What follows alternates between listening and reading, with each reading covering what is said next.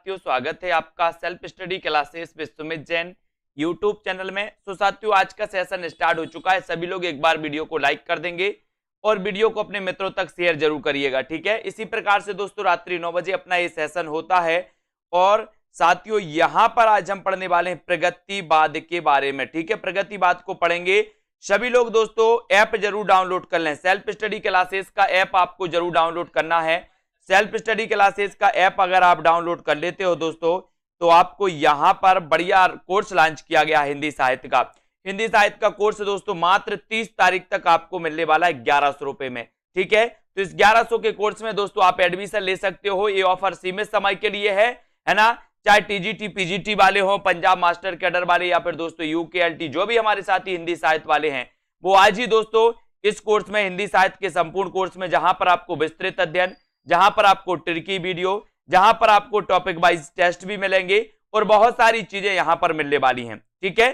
तो दोस्तों ये जरूर ऐप डाउनलोड करें। और आज हम स्टार्ट करेंगे प्रगतिवाद को। प्रगतिवाद को यहां पर पढ़ने वाले हैं। प्रगतिवाद का आधार आपको बताना है। प्रगतिवाद का आधार क्या है, जल्दी से कमेंट में आप लिख दीजिए। प्रगतिवाद का आधार क्या है, फटाक से कमेंट में आपको बताना है। क्या माना जाता है प्रगतिवाद का आधार, लिखिए जल्दी से। 4 विकल्प आपके सामने होंगे दोस्तों। पहला विकल्प होगा रहस्यवाद, दूसरा हालावाद, तीसरा होगा दोस्तों प्रकृतिवाद, है ना, और चौथा होगा द्वंद्वात्मक भौतिकवाद। प्रगतिवाद का आधार आपको बताना है। कमेंट में आपका उत्तर जल्दी से आ जाना चाहिए। क्या हो जाएगा, स्तुति जी बताइए क्या है आंसर। गुरुचरण जी, ज्योति जी, प्रगतिवाद का आधार क्या होता है। और प्रगतिवाद का जो आधार होता है वो होता है द्वंद्वात्मक भौतिकवाद। द्वंद्वात्मक भौतिकवाद यानी कि आपका जो आशा जी, बिल्कुल सही आंसर जो है वो डी नंबर। अमित जी, है ना, प्रगतिवाद के प्रवर्तक कौन माने जाते हैं, ये उत्तर आपको बताना है। और आपको राइट आंसर दोस्तों बताइए, प्रगतिवाद के प्रवर्तक कौन माने जाते हैं, इसका उत्तर आपको चयन करना। आपको इतनी चीज तो पता है दोस्तों कि जो प्रगतिवाद है ये द्वंद्वात्मक भौतिकवाद पर आधारित है। द्वंद्वात्मक भौतिकवाद प्रगतिवाद का आधार है, ये तो सभी लोगों को पता है ना। और प्रगतिवाद एक राजनैतिक एवं सामाजिक शब्द है। मार्क्सवादी विचारधारा का साहित्य में प्रगतिवाद के रूप में उदय हुआ। यानी कि जो राजनीति के क्षेत्र में दोस्तों मार्क्सवाद है, वही साहित्य के क्षेत्र में क्या है, प्रगतिवाद है। प्रगतिवाद, इतनी चीजें तो सभी लोग जानते हैं, है ना। अब दोस्तों आगे के क्वेश्चनों की ओर बढ़ेंगे। अगला प्रश्न हमें यहां पर देखेंगे, है ना। जल्दी से बताओ, आपको चयन करना है कि प्रगतिवाद के प्रवर्तक कौन माने जाते हैं। कमेंट में आपको लिखना है और क्वेश्चन ये बताना है दोस्तों कि किस रचना के द्वारा दोस्तों छायावाद का अंत हुआ। किस रचना में दोस्तों छायावाद के अंत की घोषणा की गई और ये घोषणा किसने की। कमेंट में बताइए सभी लोग, किसने की ये घोषणा, छायावाद के अंत की घोषणा किसने की थी और वो रचना कौन सी थी जिसके माध्यम से ये घोषणा की गई थी। और आपको पता है, बोले सर एक युगांत रचना है। कौन सी है, युगांत रचना है। युगांत रचना दोस्तों ये किसकी मानी जाती है, पंत की मानी जाती है, ठीक है। युगांत के माध्यम से पंत ने क्या किया, छायावाद के अंत की घोषणा की। और दोस्तों जब छायावाद का अंत हो जाता है तो यहीं से प्रगतिवाद प्रारंभ हो जाता है। इसलिए दोस्तों आपको पता है कि पंत को प्रगतिवाद का प्रवर्तक माना जाता है। पंत को प्रगतिवाद का प्रवर्तक माना जाता है, ये भी आपको पता होगा, ठीक है। अब दोस्तों राममूरत जी, छायावाद और उत्तर छायावाद के बीच कुछ वैसा ही संबंध देखता है जैसा मध्यकाल में भक्ति काल और रीति काव्य के बीच था। पंक्तियों के लेखक कौन है, पंक्तियों को लेखक आपको बताना है। और यहां पर आपका जो बिल्कुल सही आंसर हो जाएगा वो हो जाएगा क्या, डॉक्टर रामस्वरूप चतुर्वेदी, है ना। सी नंबर आपका बिल्कुल सही है। रामस्वरूप चतुर्वेदी ने कहा कि छायावाद और उत्तर छायावाद के बीच वैसा ही संबंध दिखता है जैसा मध्यकाल में भक्ति काल और रीति काव्य के बीच था, ठीक है। एक किसने कहा, एक कथन किसका है, एक कथन है रामस्वरूप चतुर्वेदी का। रामस्वरूप चतुर्वेदी को याद रख लेंगे। उपर्युक्त पंक्तियों के जो लेखक हैं दोस्तों वो डॉक्टर रामस्वरूप चतुर्वेदी हैं, इनको याद रख लेना, है ना। हिंदी साहित्य एवं संवेदना का विकास। ये दोस्तों ये ग्रंथ लिखा था, किसने लिखा था? हिंदी साहित्य एवं संवेदना का विकास ग्रंथ के लेखक कौन माने जाते हैं? कौन माने जाते हैं हिंदी साहित्य एवं संवेदना का विकास ग्रंथ के लेखक? तो आपका उत्तर हो जाएगा डॉक्टर रामस्वरूप चतुर्वेदी। डॉक्टर रामस्वरूप चतुर्वेदी माने जाते हैं हिंदी साहित्य एवं संवेदना के विकास के लेखक। ठीक है, इसको याद रख लेंगे। अब अगला क्वेश्चन है, जमुन जल तुम काव्य के रचनाकार कौन माने जाते हैं? जमुन जल तुम काव्य के रचनाकार कौन है? भवानी प्रसाद मिश्र, धूमिल है, शिवमंगल से सुमन है, या फिर केदारनाथ अग्रवाल है? कमेंट में आपको लिखना है। यस, दूध जल्दी से आपको बताना है। जमुन जल तुम काव्य के रचनाकार कौन है? उत्तर चला जाता है केदारनाथ अग्रवाल, यानी कि आपका जो डी नंबर है वो बिल्कुल सही है ना। जमुन जल तुम काव्य के रचनाकार हैं केदारनाथ अग्रवाल। और दोस्तों जमुन जल तुम काव्य के रचनाकार केदारनाथ अग्रवाल हैं। और केदारनाथ अग्रवाल अपनी काव्य यात्रा के आरंभिक दौर में बालेंदु उपनाम से रचनाएं करते थे। अब यहां से क्वेश्चन बन जाता है दोस्तों, अगर आपसे पूछा जाएगा कि बालेंदु उपनाम से कौन रचना करता था या बालेंदु उपनाम किसका है, तो आप क्या बताओगे? केदारनाथ अग्रवाल का। बालेंदु उपनाम किसका है? किसका है? किसका है? उत्तर है दोस्तों बालेंदु। बालेंदु याद रखना। ठीक है, इनका दोस्तों बालेंदु उपनाम था केदारनाथ अग्रवाल का। इसको याद रखेंगे। युग की गंगा, नींद के बादल, फूल नहीं रंग बोलते हैं, इनको अपन को याद रख लेना है। फूल नहीं रंग बोलते हैं, आग का आईना, ए मेरी तुम, मार प्यार के थापे, कहें केदार खरी खरी इत्यादि। ये जो रचनाएं हैं ये रचनाएं किसकी हैं? ये रचनाएं हैं केदारनाथ अग्रवाल की, है ना। इनको याद रखेंगे। जिस तरह हम बोलते हैं उस तरह तू लिख, और उसके बाद भी हमसे बड़ा तू लिख। ये पंक्ति किसकी है? ये पंक्ति किसकी है?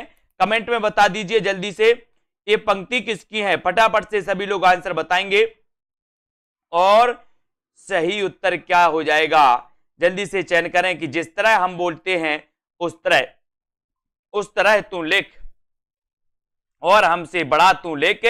ये जो पंक्ति है, जिस तरह हम बोलते हैं उस तरह तू लिख, और उसके बाद भी हमसे बड़ा तू लिख। ये पंक्ति है भवानी प्रसाद मिश्र की। किसकी है? भवानी प्रसाद मिश्र की। उत्तर चला जाता है विकल्प नंबर डी की तरफ। डी नंबर अपना जो उत्तर है वो बिल्कुल सही हो जाता है। उपर्युक्त पंक्तियों के रचनाकार कौन है? भवानी प्रसाद मिश्र हैं। भवानी प्रसाद मिश्र को सहजता का कवि कहा जाता है। इनके द्वारा रचित काव्य संग्रह है गीत फरोश, चकित है दुख, गांधी पंचसती, है ना, बुनी हुई रस्सी, खुशबू के शिलालेख, परिवर्तन जिए, त्रिकाल संध्या। इनकी रचनाएं मानी जाती हैं दोस्तों। इन्हें सहजता का कवि कहा जाता है। किसे कहा जाता है सहजता का कवि? भवानी प्रसाद मिश्र को, है ना। अगला क्वेश्चन है आपका। अगला है दोस्तों, इनमें से आपको चयन करना है कि इनमें से किस कवि को एक भारतीय आत्मा के उपनाम से जाना जाता है। किस कवि को एक भारतीय उपनाम के नाम से जाना जाता है, ये अपन को चयन करना है। तो बताइए प्रश्न क्रमांक 5 का, किस कवि को एक भारतीय आत्मा के उपनाम से जाना जाता है? माखनलाल चतुर्वेदी, बालकर्ण शर्मा नवीन, मैत्री शरण गुप्त, या फिर श्रीधर पाठक। किस कवि को एक भारतीय आत्मा उपनाम से जाना जाता है?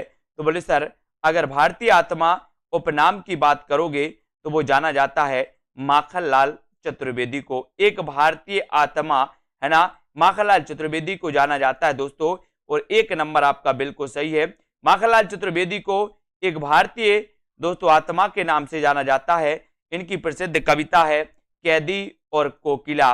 कैदी और कोकिला, है ना, पुष्पकी अभिलाषा, पुष्पकी अभिलाषा। जबकि मैत्री शरण गुप्त को राष्ट्रकवि के नाम से जाना जाता है। तो एक भारतीय आत्मा आपको याद रखना है ना। और कैदी और कोकिला, पुष्पकी अभिलाषा, ये माखनलाल चतुर्वेदी की श्रेष्ठ रचनाओं में इन्हें गिना जाता है। अब अगला क्वेश्चन आपको बताना है। स्तुति जी बताइए, अगला क्वेश्चन बताना है कि हिमक्रीटनी की रचयिता कौन है? हिमक्रीटनी के रचनाकार आपको चयन करना है। तब आपका राइट आंसर अंश यादव जी। हिमक्रीटनी की रचयिता कौन है? माखनलाल चतुर्वेदी, भवानी प्रसाद मिश्र, मैत्री शरण गुप्त, या फिर नरेंद्र शर्मा। बताइए। हिमकिरीटनी के रचनाकार मैंने आपको कई बार बताया कि हिमकिरीटनी और हिमतरंगिणी ये दो रचनाएं बहुत ही प्रसिद्ध है दोस्तों। हिमतरंगिणी के लिए ये माखनलाल चतुर्वेदी की रचना हिमतरंगिणी। हिमतरंगिणी की क्या क्या मिला था? हिमतरंगिणी के लिए मिला था साहित्य अकादमी पुरस्कार। सबसे पहले हिंदी में साहित्य अकादमी पुरस्कार जो मिला था वो मिला था दोस्तों किसे?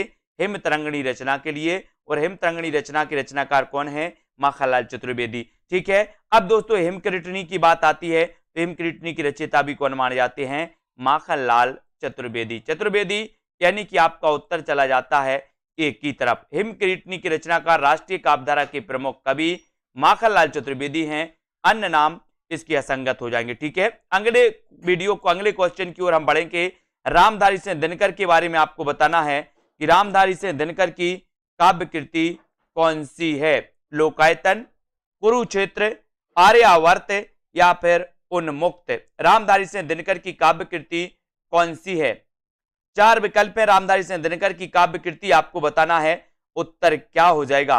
रामधारी सिंह दिनकर की काव्य कृति, रामधारी सिंह दिनकर के बारे में अपन पढ़ते हैं कि सर इनकी एक कृति बहुत ही प्रसिद्ध मानी जाती है। वो प्रसिद्ध कृति कौन सी है? तो वो प्रसिद्ध कृति इनकी मानी जाती है रामधारी सिंह दिनकर की उर्वशी, है ना। उर्वशी मानी जाती है दोस्तों। 1961 की ये रचना है और 1961 की इस रचना के लिए 1972 में कौन सा पुरस्कार मिल जाता है? इसे मिल जाता है दोस्तों ज्ञानपीठ पुरस्कार 1972 में। रामधारी सिंह दिनकर की काव्य कृति कौन सी है? तो उत्तर चला जाता है कुरुक्षेत्र, है ना। कुरुक्षेत्र, परशुराम की यात्रा, उर्वशी, है ना, रश्मि रथी, ये रचनाएं मानी जाती हैं दिनकर जी की। तो उत्तर कहां चला जाता है? विकल्प नंबर बी की तरफ। कुरुक्षेत्र रामधारी सिंह दिनकर की काव्य कृति है। रामधारी सिंह दिनकर राष्ट्रीय सांस्कृतिक धारा के कवि है। इनको समय सूर अथवा अधेर का कवि कहा जाता है। दिनकर को उर्वशी महाकाव्य के लिए 1972 ईस्वी में भारतीय ज्ञानपीठ पुरस्कार प्रदान किया गया, है ना। और इनके द्वारा रचित प्रमुख कृतियां इस प्रकार से दोस्तों: रेणुका, होंकार, रसबंती, द्वंद्व गीत, रश्मि रथी, दिल्ली और नीम के पत्ते, ये रचनाएं मानी जाती हैं। जबकि लोकायतन पंत जी का महाकाव्य है ना। आर्यावर्त मोहनलाल महतो योगी की तथा उन्मुक्त सियाराम शरण गुप्त की रचनाएं हैं। प्रगतिवाद के संदर्भ में इनमें से एक कथन सही नहीं है। वह कथन कौन सा है? वो कथन आपको चयन करना है।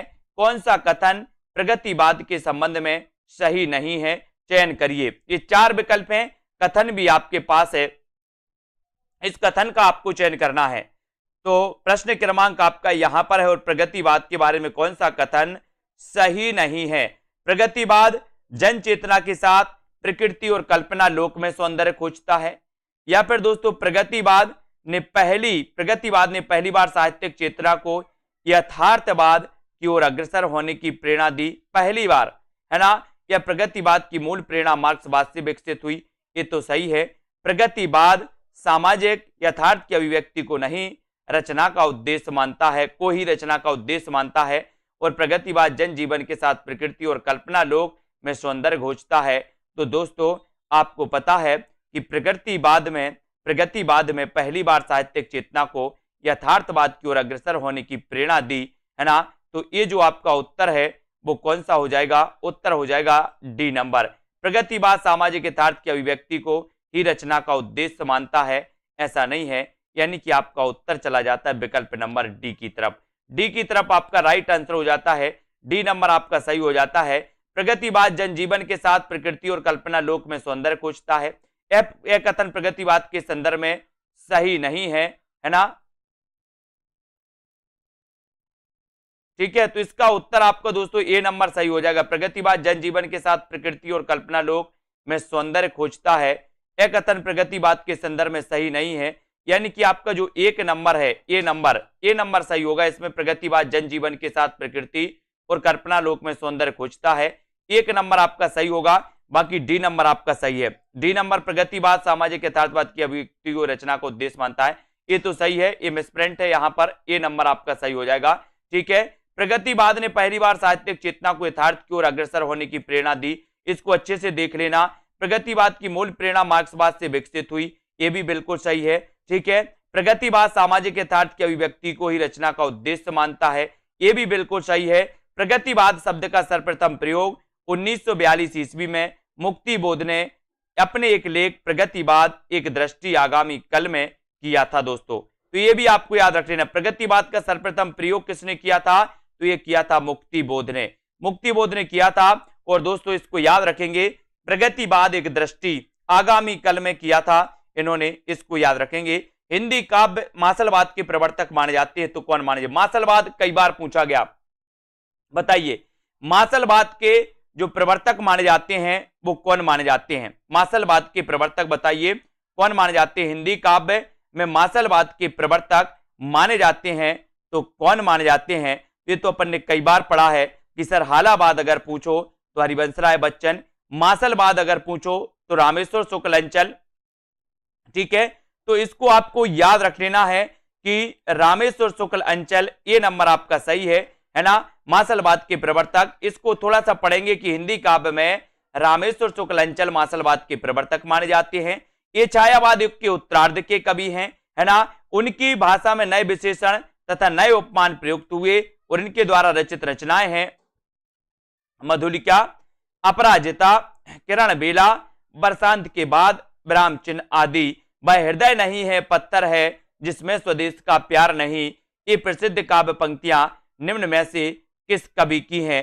कवि का नाम आपको बताना है, विकल्प में मैं आपको दे रहा हूं, वह हृदय नहीं है पत्थर है जिसमें स्वदेश का प्यार नहीं।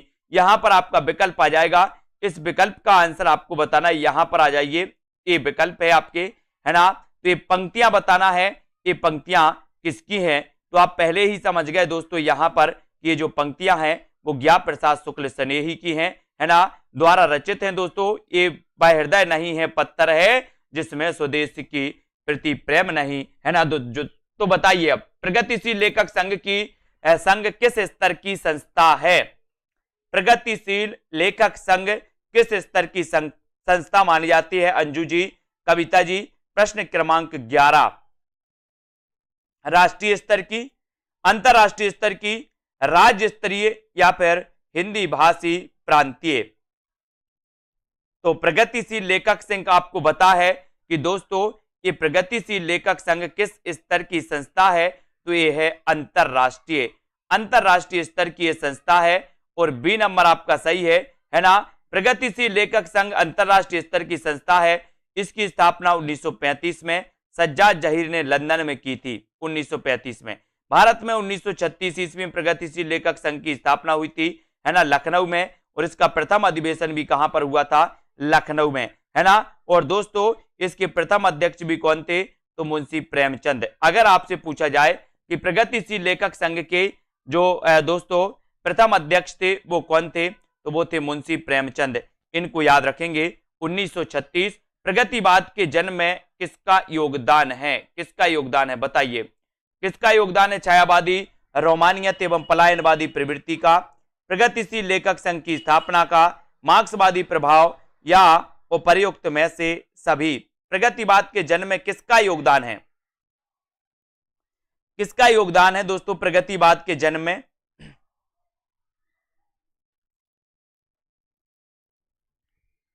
सभी लोग बताएंगे।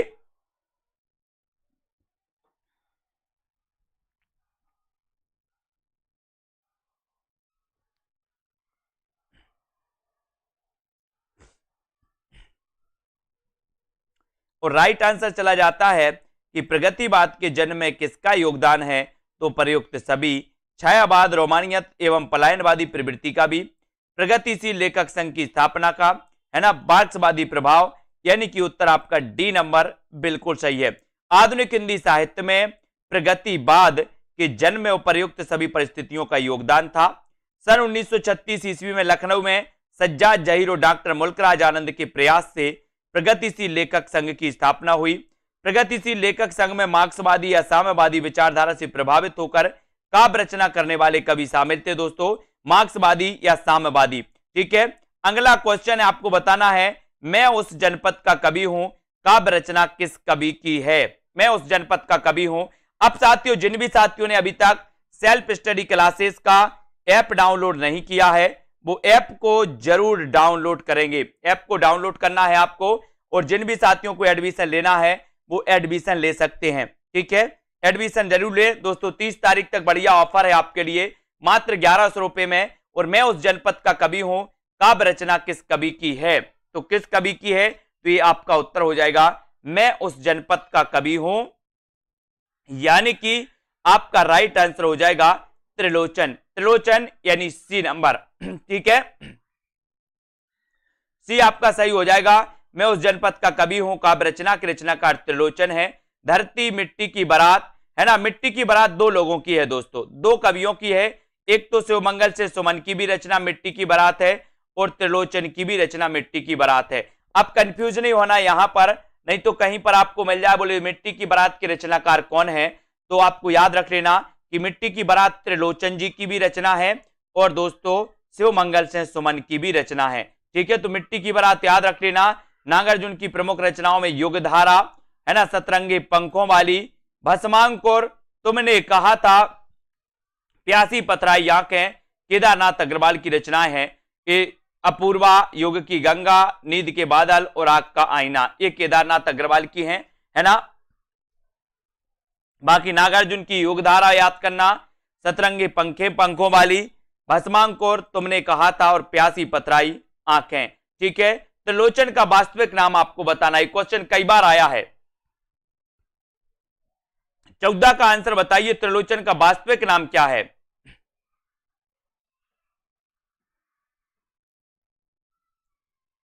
है ना, उत्तर बताना है, त्रिलोचन का वास्तविक नाम क्या है? उत्तर है वासुदेव सिंह। वासुदेव सिंह यानी कि आपका एक नंबर जो है, एक नंबर आपका ये वासुदेव सिंह बिल्कुल सही हो जाएगा। त्रिलोचन जी का वास्तविक नाम था सतीश जी। ठीक है, त्रिलोचन का वास्तविक नाम वासुदेव से था, इनका उपनाम त्रिलोचन था। मुक्तिबोध ने त्रिलोचन को अवध का किसान कवि कहा है। ये क्वेश्चन बहुत ही बढ़िया बनता है यहां पर कि त्रिलोचन को अवध का किसान कवि किसने कहा? अवध का किसान कवि कहा मुक्तिबोध ने। किसे? त्रिलोचन को। या अवध का किसान कवि किसे कहा जाता है? तो आप लगा देना त्रिलोचन, है ना, जिनका की वास्तविक नाम था वासुदेव। और इनके द्वारा रचित काव्य ग्रंथ धरती, गुलाब और बुलबुल, दिगंत, ताप के ताए हुए दिन, ताप के ताए हुए दिन, त्रिलोचन, है ना, शब्द, उस जनपद का कवि हूं, अर्घान, है ना, अर्धान दोस्तों, और तुम्हें सौंपता हूं, फूल नाम है एक, अन कहनी भी कुछ कहनी है, अन कहनी भी कुछ कहनी है। ये दोस्तों त्रिलोचन की रचनाएं मानी जाती हैं, जिन्हें की अवध का कवि कहा जाता है। अमिता जी, अवध का कवि कहा जाता है इन्हें। अगला क्वेश्चन यहां पर आते हैं। अगला क्वेश्चन है, कौन सा सुमेलित नहीं है? यहां पर सुमेलित नहीं है बताना है, तो सुमेलित करिए। मुक्ति मार्ग के रचनाकार कौन है? पिघलते पत्थर, अजय खंडहर और प्रलय सृजन के रचनाकार कौन है? तो बताइए कौन सी सुमेलित नहीं है?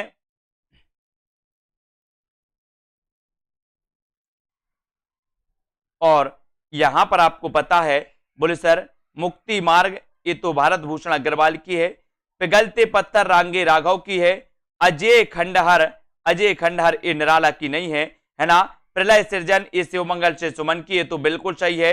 लेकिन अजय खंडहर दोस्तों ये रांगे राघव की रचना मानी जाती है ना। मुक्ति मार्ग के रचनाकार कौन है? तो मुक्ति मार्ग आपको पता है कि मुक्ति मार्ग के रचनाकार तो कौन है? भारत भूषण अग्रवाल। पिघलते पत्थर की रचनाकार रांगे राघव, बिल्कुल सही है। अजय खंडहर की रचनाकार रांगे राघव हैं। और दोस्तों प्रलय सृजन ये शिवमंगल से सुमन की रचना है। ठीक है, इनमें से कौन सी नागार्जुन द्वारा रचित नहीं है? नागार्जुन द्वारा रचित कौन सी रचना है जो नागार्जुन द्वारा रचित नहीं है? पाषाणी, चंदना, या फिर ये चार विकल्प हैं, चार में से आप लोग चयन करिए, उत्तर क्या हो जाएगा इसका सही? कौन सी नागार्जुन द्वारा रचित नहीं है बताइए। पाषाणी नहीं है, रविंद्र के प्रति, चंदना, या फिर कला और बूढ़ा चांद। कौन सी रचना है जो दोस्तों नागार्जुन की नहीं है, ये आपको बताना है।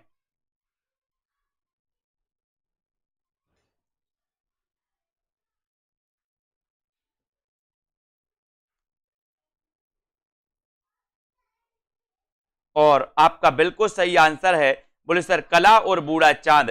कला और बूढ़ा चांद के रचनाकार पंत जी हैं, सुमित्रानंदन पंत जी। जिन्हें 1960 में साहित्य अकादमी पुरस्कार भी मिला था, है ना।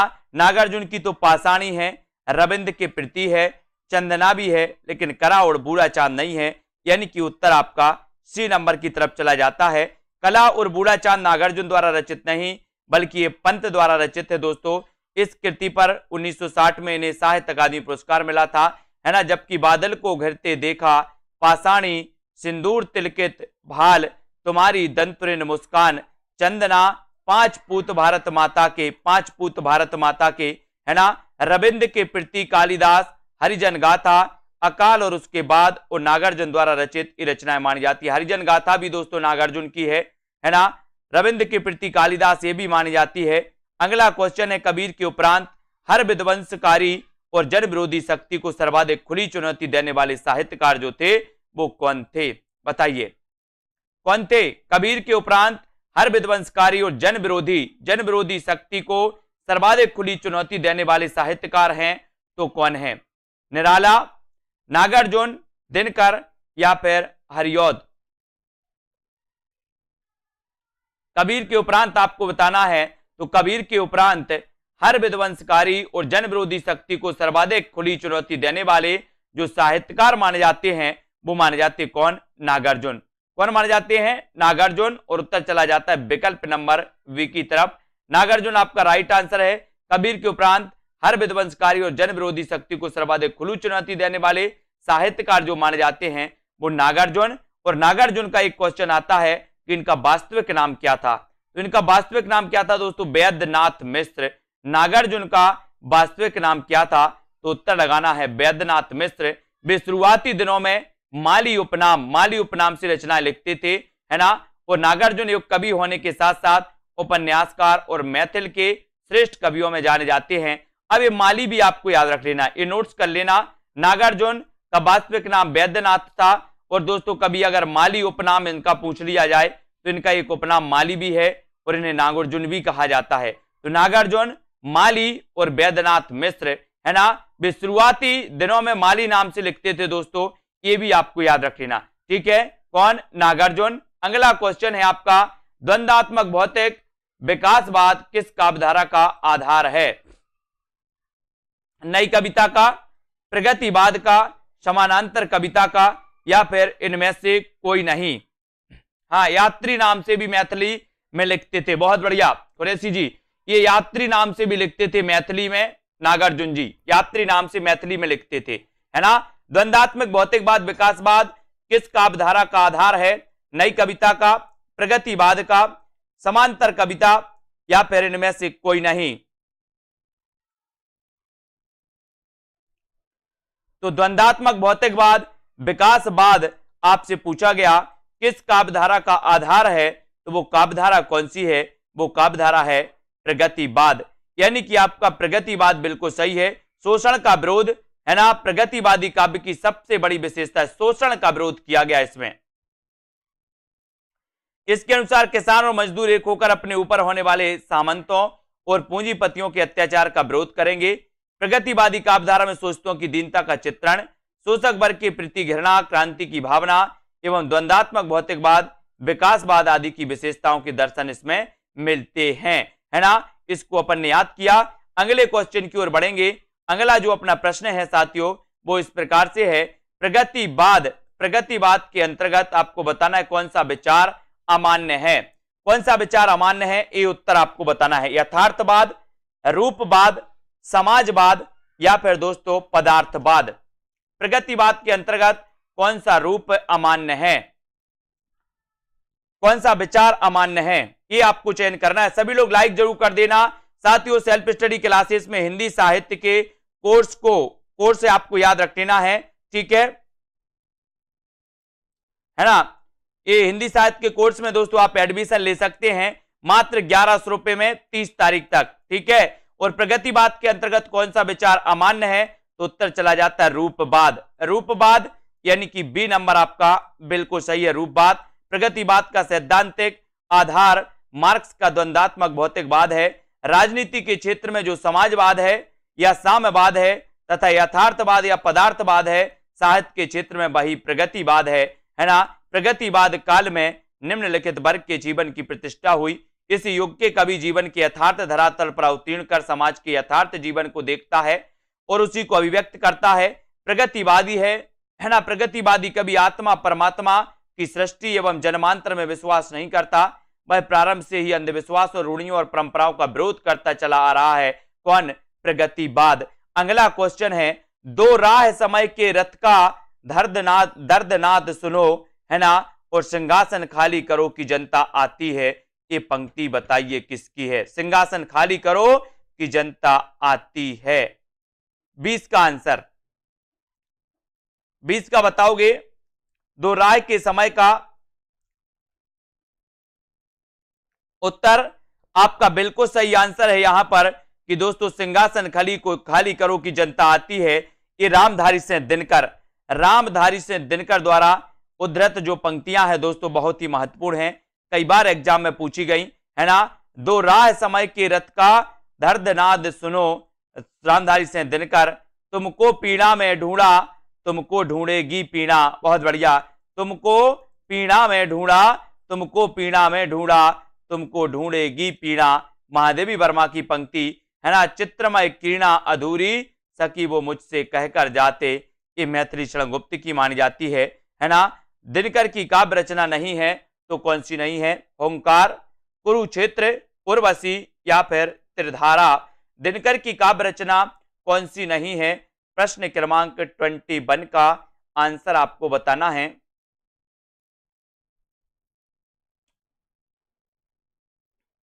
दिनकर की कौन सी नहीं है? तो अपन ने पढ़ा है कि सर ओंकार तो दिनकर की है, कुरुक्षेत्र भी दिनकर की है, उर्वशी के रचनाकार भी दिनकर हैं, लेकिन ये त्रिधारा तो ये बोले सर सुभद्रा कुमारी चौहान की है। त्रिधारा किसकी है? सुभद्रा कुमारी चौहान की। ओंकार, रश्मि, कुरुक्षेत्र, है ना, ये दिनकर की मानी जाती हैं। और दोस्तों दिनकर की अन्य रचनाओं में कुरुक्षेत्र, परशुराम की प्रतीक्षा, उर्वशी, रश्मिरति, नील कुसुम, रेणुका, होंकार आदि ये दिनकर की गद्य रचनाएं हैं। संस्कृति के 4 अध्याय, शुद्ध कविता की खोज, है ना, दिनकर की ये डायरी है। अधेर का कवि किसे कहा जाता है? उत्तर चयन करिए। बढ़िया प्रश्न है, लाइक सभी लोग जरूर कर दें।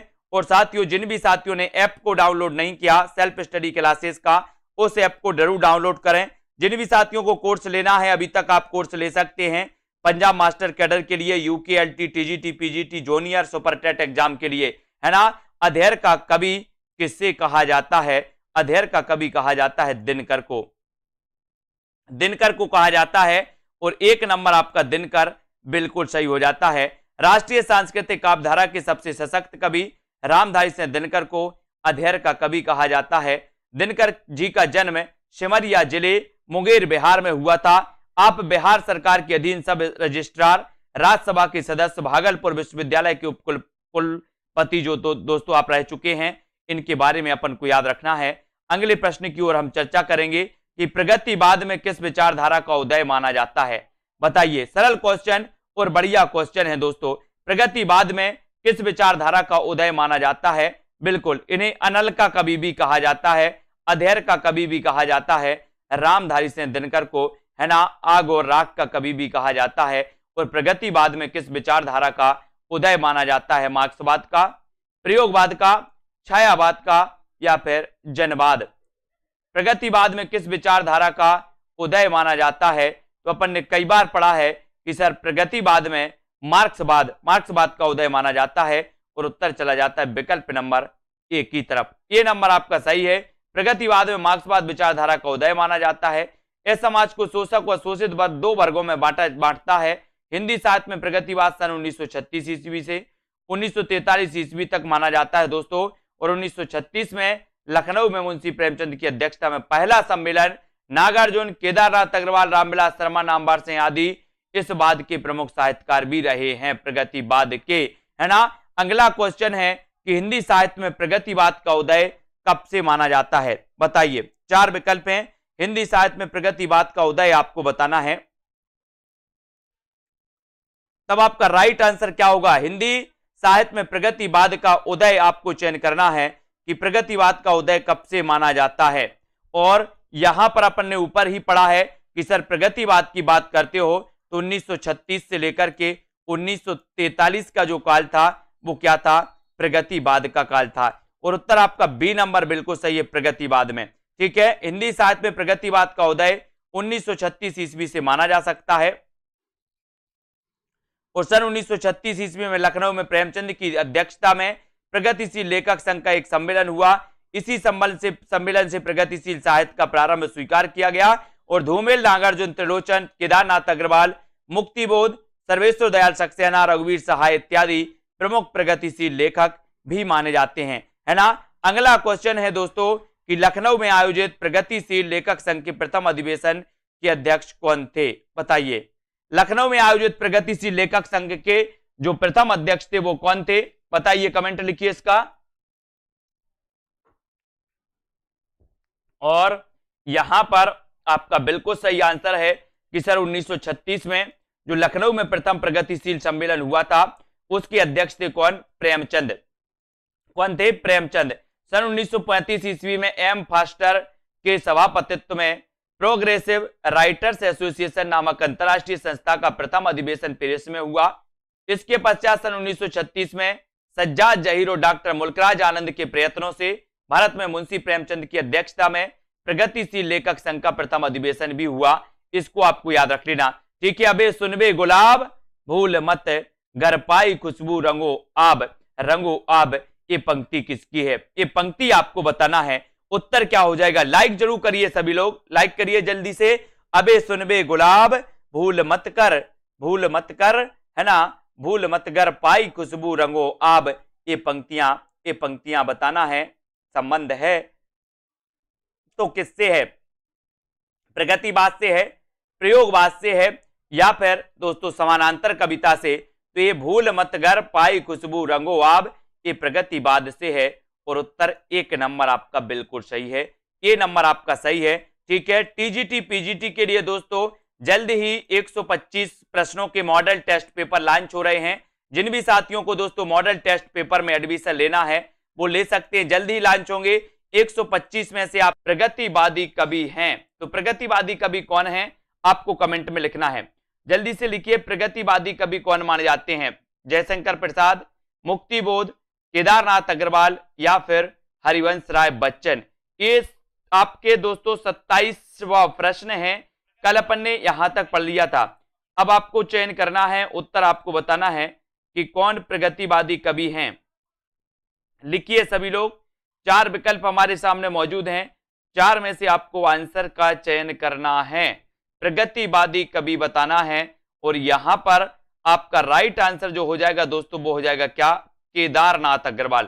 केदारनाथ अग्रवाल के दोस्तों इनके बारे में पढ़ा होगा आपने कि केदारनाथ अग्रवाल जो हैं ये प्रगतिवादी कवि माने जाते हैं। दोस्तों इसके पहले हमने प्रगतिवाद के बारे में पढ़ा कि प्रगतिवाद मार्क्सवाद से प्रभावित माना जाता है ना। और प्रगतिवादी दोस्तों आपने आलोचक पढ़े होंगे एक रामविलास शर्मा, है ना। और प्रगतिवाद में दोस्तों अपन ने देखा कि प्रगतिवाद के जो प्रवर्तक माने जाते हैं वो कौन माने जाते हैं, सुमित्रानंदन पंत।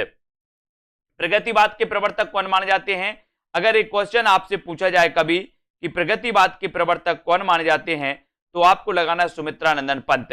ठीक है, और केदारनाथ अग्रवाल प्रगतिवादी कवि हैं, इनके द्वारा रचित कृतियां युग की गंगा, नींद के बादल, फूल नहीं रंग बोलते हैं, आग का आईना और अपूर्वा, ये सारी की सारी जो रचनाएं हैं दोस्तों ये क्या मानी जाती हैं, ये प्रगतिवादी कवि की रचनाएं मानी जाती हैं, प्रगतिवादी कवि यानी कि केदारनाथ अग्रवाल की। ठीक है, फिर इसके बाद जो अपना अगला क्वेश्चन होगा वो इस प्रकार से आपको यहां पर बताना है कि प्रगतिवाद के प्रमुख कवि कौन नहीं है, बताइए।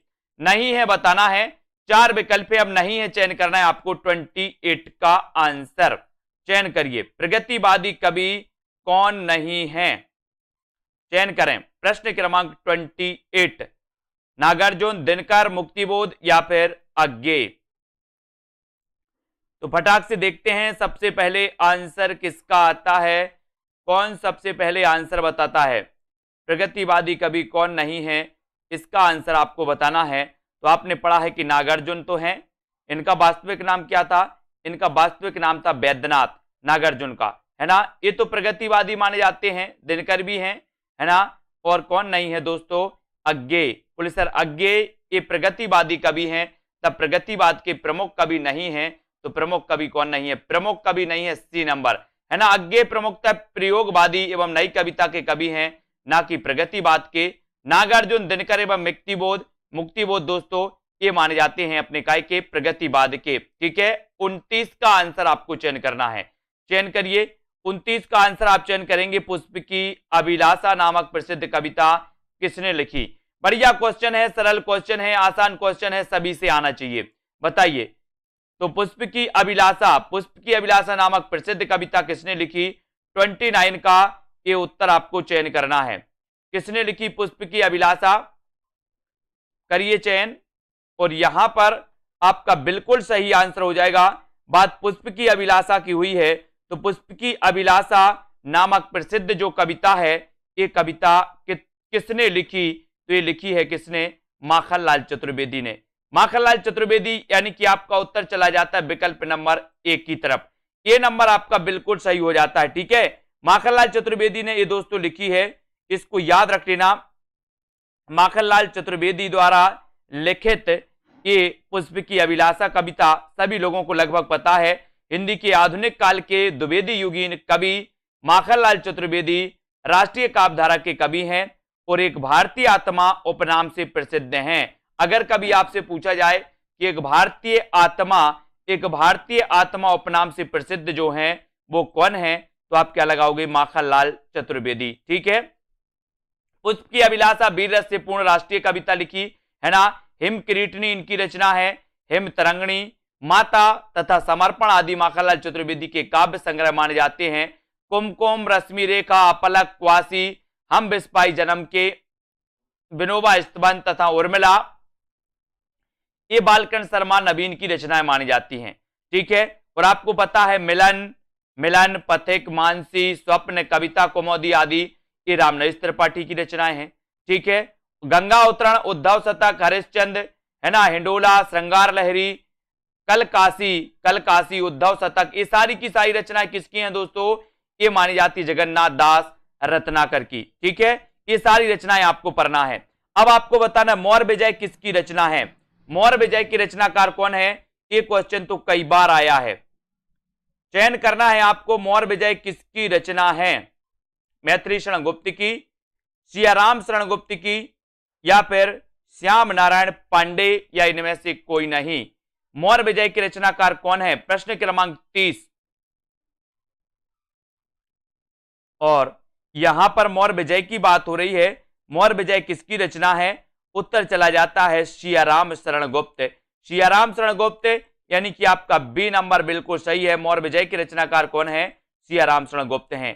बी आपका बिल्कुल सही आंसर। ठीक है, मौर्य विजय के बारे में, मौर्य विजय सियाराम शरण गुप्त की कृति है और इनकी अन्य रचनाओं में पाथे इनकी रचना है, गोद और नारी, अंतिम आकांक्षा, गोपिका, बापू, अनाथ, आद्रा और विषाद, है ना, ये रचना इनकी मानी जाती है दोस्तों। किसकी?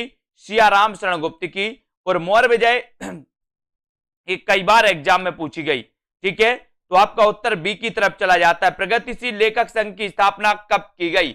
बताइए, प्रगतिशील लेखक संघ की स्थापना, प्रगतिशील लेखक संघ आपको पता है दोस्तों कि अगर लंदन की बात करते हैं तो लंदन में ये 1935 में स्थापित हुआ था, है ना। सज्जाद आदि ऐसे बहुत सारे विद्वान थे जिन्होंने दोस्तों इस प्रगतिशील लेखक संघ की स्थापना में दोस्तों योगदान दिया था। लेकिन अगर बात करें भारत में, तो भारत में प्रगतिशील लेखक संघ की स्थापना हुई थी 1936 में और ये प्रथम अधिवेशन हुआ था दोस्तों। कब?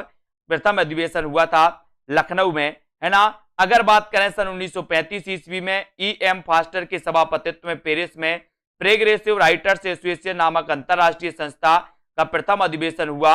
और दोस्तों, है ना, 1936 में सज्जाद जहीर और मुल्कराज आनंद के प्रयत्नों से भारत में भी इस संस्था की शाखा खुली। ये भी आपको याद रख लेना। ठीक है, इनको आपको याद रख लेना। और दोस्तों, प्रथम अधिवेशन के अध्यक्ष कौन थे? तो प्रथम अधिवेशन के अध्यक्ष कौन थे? लखनऊ में हुआ था और इसके अध्यक्ष थे प्रेमचंद। कौन माने जाते हैं? प्रेमचंद। इसको याद रख लेना। ठीक है, अगला क्वेश्चन है, नागार्जुन किस वर्ग के कवि हैं? किस वर्ग के कवि हैं? छायावादी हैं, प्रगतिवादी हैं, प्रयोगवादी हैं, या फिर द्विवेदी युगीन हैं? नागार्जुन किस वर्ग के कवि हैं? ये आंसर आपको चयन करना है। ये चयन करिए, छायावादी, प्रगतिवादी, है ना, द्विवेदी युगीन या फिर प्रयोगवादी। नागार्जुन किस वर्ग के कवि माने जाते हैं? प्रश्न क्रमांक 32 में, और 32 में नागार्जुन की बात हुई है। तो नागार्जुन तो आपको पता ही है कि सर ये नागार्जुन जो है इनका वास्तविक नाम क्या था? वैद्यनाथ। क्या था? वैद्यनाथ। और ये प्रगतिवादी कवि माने जाते हैं। ठीक है, तो उत्तर कहां चला जाता है? विकल्प नंबर वी की तरफ। वी नंबर आपका बिल्कुल सही हो जाता है। अगले क्वेश्चन की ओर बढ़ेंगे।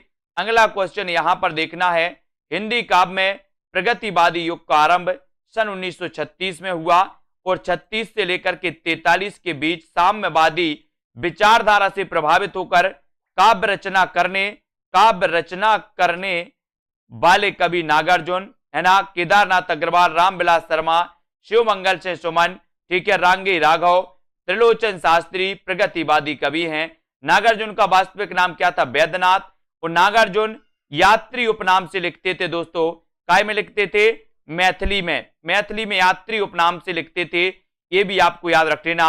इनकी रचनाओं की जब भी बात होती है तो युगधारा, सतरंगे पंखों वाली, प्यासी पथराई आंखें, भस्मांकुर, तालाब की मछलियां, है ना, खिचड़ी विप्लव देखा हमने, तुमने कहा था, और हजार हजार बाहों वाली, पुरानी जूतियों का कोरस, ये सभी दोस्तों नागार्जुन की रचनाएं मानी जाती हैं, है ना।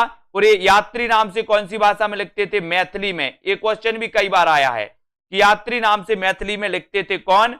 नागार्जुन। ठीक है, अब आपको बताना है रामधारी सिंह दिनकर की किस कृति को आधुनिक युग की गीता कहा गया है? आधुनिक युग की गीता कहा गया है। किसको कहा गया? रामधारी सिंह दिनकर की वो रचना कौन सी है दोस्तों? ये बताना है रामधारी सिंह दिनकर की वो रचना कौन सी है जिसे आधुनिक युग की गीता कहा गया, और वो रचना मानी जाती है कौन सी? कुरुक्षेत्र। कौन सी मानी जाती है? कुरुक्षेत्र। ये आधुनिक युग की इसे गीता कहा जाता है। रेणुका, हुंकार, उर्वशी और कुरुक्षेत्र, ये चारों ही रचनाएं किसकी हैं? ये दिनकर की हैं। रेणुका भी दिनकर की है ना, हुंकार भी दिनकर की है, उर्वशी भी दिनकर की है, कुरुक्षेत्र भी दिनकर की है। लेकिन आधुनिक युग की गीता कहा जाता है किसे? कुरुक्षेत्र को, है ना, कुरुक्षेत्र को। रामधारी सिंह दिनकर की कृति कुरुक्षेत्र को आधुनिक युग की गीता कहा गया। उर्वशी इनकी प्रसिद्ध कृति है। दिनकर की कुछ रचनाओं में रेणुका, हुंकार, नील कुसुम, उर्वशी, सीपी और शंख, रश्मि लोक, आत्मा की आंखें, हिमालय का संदेश, कलिंग विजय और बुद्ध देववादी इनकी रचनाएं मानी जाती हैं किसकी? दिनकर जी की। अगला क्वेश्चन है आयुष जी, हल्दी घाटी वीर रस प्रधान प्रबंध काव्य है तो कौन सा है? हल्दी घाटी वीर रस प्रधान प्रबंध काव्य है श्याम नारायण पांडे, नवीन, सोहनलाल द्विवेदी या फिर इनमें से कोई नहीं। हल्दी घाटी वीर रस प्रधान प्रबंध काव्य कौन सा है? 34। और हल्दी घाटी वीर रस प्रधान प्रबंध काव्य अगर आपसे पूछा गया है तब आपका हल्दी घाटी वीर रस प्रधान प्रबंध काव्य जो माना जाता है वो माना जाता है श्याम नारायण पांडे, है ना, श्याम नारायण पांडे। यानी कि ये नंबर आपको बोले श्याम को क्या लग रही है? हल्दी लग रही है, तो हल्दी से हल्दी घाटी और श्याम से श्याम नारायण पांडे, है ना। तो उत्तर कहां चला जाता है? विकल्प नंबर एक की तरफ। ये नंबर अपना सही हो जाता है। हल्दी घाटी श्याम नारायण पांडे की कृति है, यह वीर रस प्रधान काव्य है और इनकी अन्य महत्वपूर्ण रचनाएं हैं जय हनुमान, है ना, तुमुल, रिमझिम, हल्दी घाटी तथा जौहर। ये मानी जाती है श्याम नारायण पांडे की रचनाएं। हल्दी घाटी तो याद रख लेना, ये तो पूछी जाती है। रामधारी सिंह दिनकर को किस कृति पर ज्ञानपीठ पुरस्कार प्राप्त हुआ दोस्तों? कौन सी कृति पे इन्हें ज्ञानपीठ पुरस्कार मिला था? दिनकर जी को उर्वशी के लिए, कुरुक्षेत्र के लिए, सामधैनी के लिए या फिर हुंकार के लिए? करिए चयन।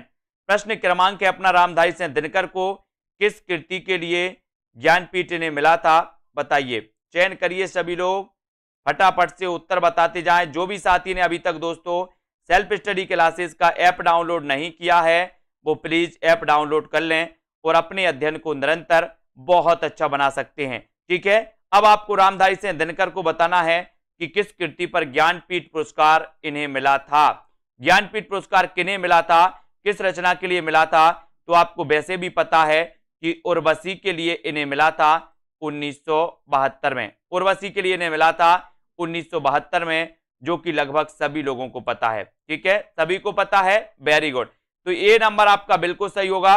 रामधारी सिंह दिनकर को उर्वशी नामक गीति नाट्य पर सर्वोच्च साहित्य पुरस्कार ज्ञानपीठ पुरस्कार प्राप्त हुआ, जो कि बहुत ही महत्वपूर्ण है। ठीक है, बहुत बढ़िया। और रामधारी सिंह दिनकर की रचनाओं की अगर जब भी बात होती है तो रचनाओं में कौन सी आती है दोस्तों? रचनाओं में रामधारी सिंह दिनकर की कुरुक्षेत्र, रेणुका, हुंकार, सामधेनी, है ना, रश्मि रति, नील कुसुम, हारे को हरिनाम, ये रचनाएं इनकी आती हैं। ठीक है, अब युगधारा के रचयिता आपको बताना है, युगधारा के रचयिता कौन है? युगधारा के रचयिता जल्दी से चयन करिए, युगधारा के रचयिता कौन माने जाते हैं? सुमित्रानंदन पंत जी, महादेवी वर्मा, केदारनाथ अग्रवाल या फिर नागार्जुन? युगधारा के रचयिता कौन है, बताइए। युगधारा, और अभी अपन ने पढ़ा भी है, क्या पढ़ा है कि सर युगधारा के जो रचयिता हैं वो रचयिता है कौन? नागार्जुन। इनका वास्तविक नाम क्या था? बोले सर वैद्यनाथ, है ना। ये मैथिली में किस नाम से लिखते थे? तो मैथिली में लिखते थे ये यात्री नाम से। ठीक है, ये भी सभी को पता है। तो उत्तर चला जाता है सी की तरफ। सी नंबर आपका बिल्कुल सही है। युगधारा, इनकी रचनाओं में युगधारा, सतरंगे पंखों वाली, है ना, प्यासी पथराई आंखें, भस्मांकुर, ठीक है, तालाब की मछलियां, तुमने कहा था, खिचड़ी विप्लव, देखा हमने, नागार्जुन की रचना, हजार हजार बाहों वाली रचना भी इन्हीं की है, पुरानी जूतियों का कोरस, नागार्जुन की प्रमुख काव्य कृतियां मानी जाती हैं दोस्तों, है ना। ये भस्मांकुर इनका एक क्या माना जाता है? खंड काव्य माना जाता है, खंड काव्य। ठीक है, इसको भी अपन को याद रख लेना, भस्मांकुर इनका खंड काव्य है दोस्तों। किसका? दिनकर, अपने नागार्जुन जी का। अब यहां पर काव्य संग्रहों के साथ सुमेलित करना है, तो ये सुमेलित करना है आपको, कूट भी नीचे दिया है, कूट में से चयन करिए और सुमेलित करिए कि फूल नहीं रंग बोलते के रचनाकार कौन है, बुनी हुई रस्सी के रचनाकार कौन है, या फिर युगधारा के रचनाकार कौन है? जल्दी से बताइए सभी लोग, बुनी हुई रस्सी के रचनाकार कौन है? कमेंट में लिखिए। बुनी हुई रस्सी के रचनाकार कौन माने जाते हैं? कमेंट में आपको लिखना है बुनी हुई रस्सी। और नागार्जुन की कौन सी कृति है, केदारनाथ अग्रवाल की कौन सी है, भवानी प्रसाद मिश्र की कौन सी कृति है? हाँ, माली भी इनका उपनाम है, दिनेश जी बिल्कुल सही, है ना। तो यहां पर आपका उत्तर चला जाएगा दोस्तों क्या? सी की तरफ।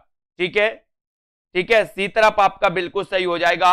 यानी कि दोस्तों नरेंद्र शर्मा का अपन ने देखा प्रवासी के गीत, ये है ना। नागार्जुन की अपन ने युगधारा पढ़ी है, केदारनाथ अग्रवाल की फूल नहीं रंग बोलते हैं, भवानी प्रसाद मिश्र की बुनी हुई रस्सी, है ना।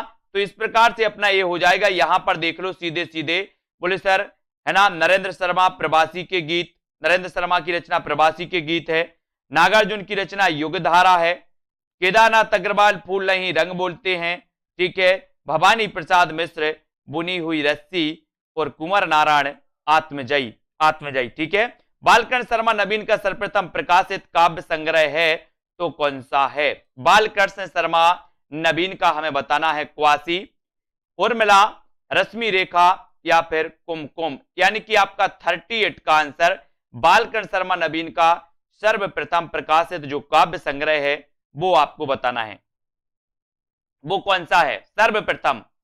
सर्वप्रथम प्रकाशित बताना है। और अपन ने पढ़ा भी है, कौन सा है सर्वप्रथम? क्वासी। 38 का आंसर बताना है आपको। और यहां पर आपका राइट आंसर हो जाएगा कुमकुम, है ना। बालकृष्ण शर्मा नवीन का सर्वप्रथम प्रकाशित जो काव्य संग्रह है वो काव्य संग्रह है कुमकुम। यानी आपका उत्तर डी नंबर, कुमकुम सही होगा। बालकृष्ण शर्मा नवीन का प्रथम प्रकाशित जो कविता संग्रह है दोस्तों वो कुमकुम है ना। इसके अतिरिक्त नवीन के अन्य काव्य ग्रंथ उर्मिला, आपलक, रश्मि रेखा और क्वासी ये माने जाते। ठीक है, कौन सी रचना रामधारी सिंह दिनकर की नहीं है? रामधारी सिंह दिनकर की कौन सी रचना नहीं है, बताइए जल्दी से। कौन सी रचना नहीं है दिनकर जी की? चयन करेंगे सभी लोग, दिनकर जी की कौन सी रचना नहीं मानी जाती?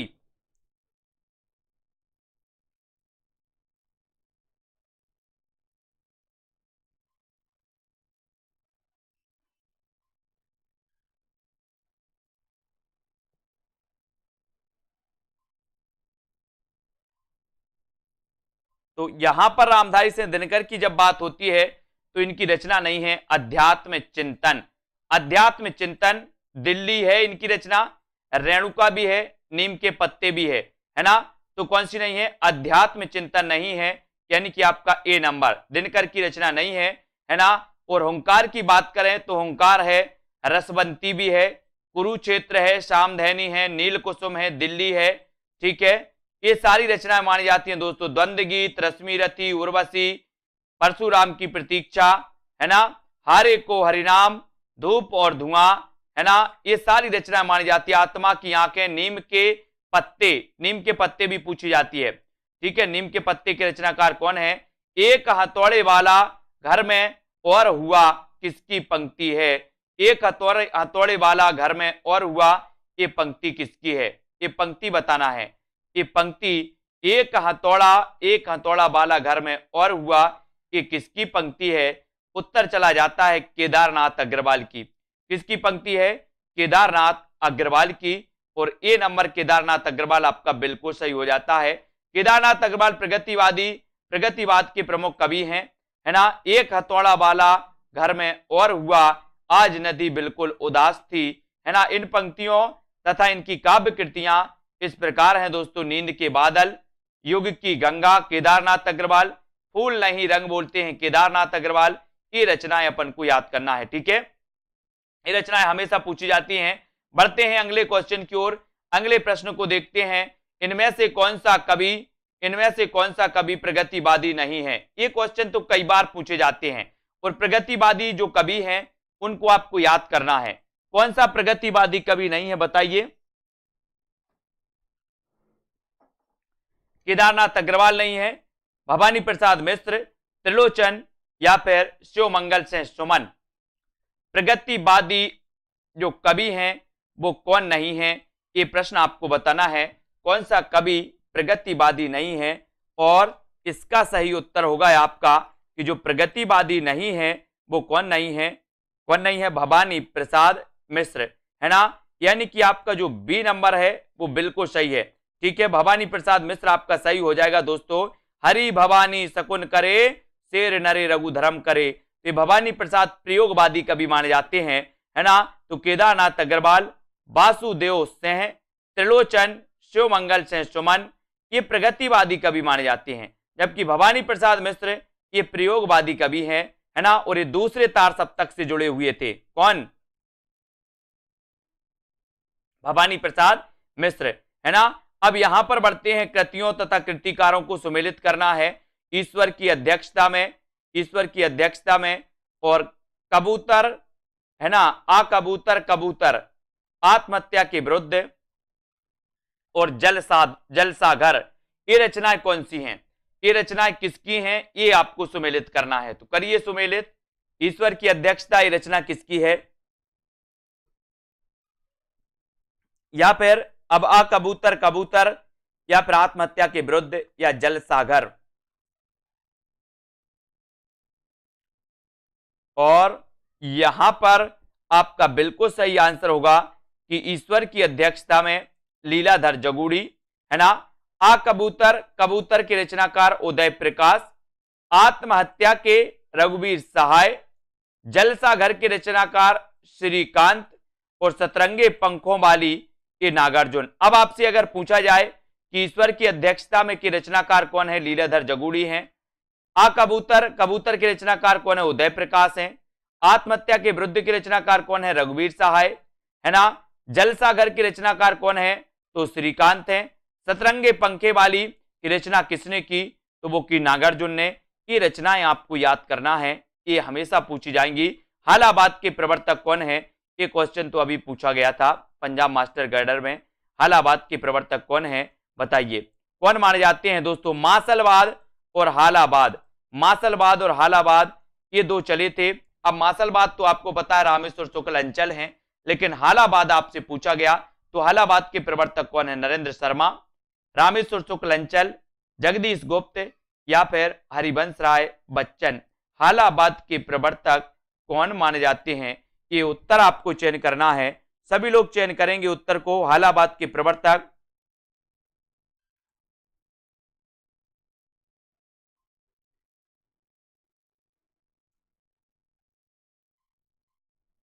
और आपने बताया है कि सर हालाबाद के प्रवर्तक अगर आपने पूछा है तो आप हरिवंश राय बच्चन को लगा दीजिए। हरिवंश राय बच्चन ये हालाबाद के प्रवर्तक हैं। अब इनके बारे में इनकी जो रचनाएं पूछी जाती हैं दोस्तों हरिवंश राय बच्चन की, मधुबाला, मधुशाला, रस कलश, ये पूछी जाती हैं, है ना। और दोस्तों ये हालाबाद के प्रवर्तक माने जाते हैं, है ना। इन्हें छई रोमांस का कवि भी कहा जाता है या प्रेम और मस्ती का काव्य भी इन्हें कहा जाता है, इनके काव्य को, ठीक है। इनको भी याद रख लेना, ठीक है। और दोस्तों ये जो हालाबाद के प्रवर्तक हैं वो कौन है? तो वो हैं हरिवंश राय बच्चन। मासलबाद के प्रवर्तक कौन है? तो मासलबाद के प्रवर्तक माने जाते हैं रामेश्वर शुक्ल अंचल। मासलबाद के प्रवर्तक रामेश्वर शुक्ल अंचल। हालाबाद के प्रवर्तक दोस्तों कौन माने जाते हैं? हालाबाद के माने जाते हैं अपने हरिवंश राय बच्चन, है ना। दिनकर की रचनाओं का सही अनुक्रम रेखांकित कीजिए। ओंकार, रेणुका, रसवंती, उर्वशी, इनका क्रम आपको बताना है। और दोस्तों आपको क्या करना है, आपको जिन भी साथियों ने अभी तक ऐप डाउनलोड नहीं किया सेल्फ स्टडी क्लासेस का ऐप, अगर आप डाउनलोड नहीं कर पाए हैं तो ऐप को डाउनलोड कर लें, ठीक है। ऐप को आप डाउनलोड कर लेते हैं दोस्तों तो आपको वहां पर हिंदी साहित्य का संपूर्ण कोर्स लॉन्च किया गया, जिसकी फीस दोस्तों, है ना, 50% से ज्यादा ऑफ में दोस्तों ये मात्र 30 तारीख तक आपको 1100 रुपए में टीजीटी, पीजीटी या फिर दोस्तों आप जूनियर टेट एग्जाम की तैयारी कर रहे हैं तो इनको याद करना है। इनको दोस्तों आप एडमिशन इसमें ले सकते हैं, है ना, हिंदी साहित्य के। और ओंकार, रेणुका, रसवंती और उर्वशी ये जो रचना है ये इनकी क्रमबद्ध हो जाएंगी, यानी कि उत्तर चला जाता है आपका ओंकार, है ना। ओंकार, रेणुका, रसवंती और उर्वशी, यानी कि आपका जो ये नंबर है वो बिल्कुल सही है, ठीक है। ये नंबर आपका राइट आंसर हो जाएगा। अब थोड़ा सा यहां पर देख लेते, इनका विस्तृत अध्ययन देख लेते यहां पर, है ना।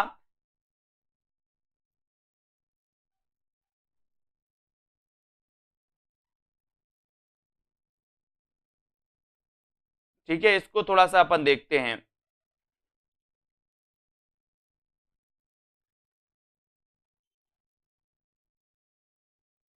है ना। वैसे ये जो बी नंबर है दोस्तों, ये बी नंबर सही होगा, इसका बी नंबर, रेणुका, रसवंती, उर्वशी और ओंकार, ठीक है, बी नंबर।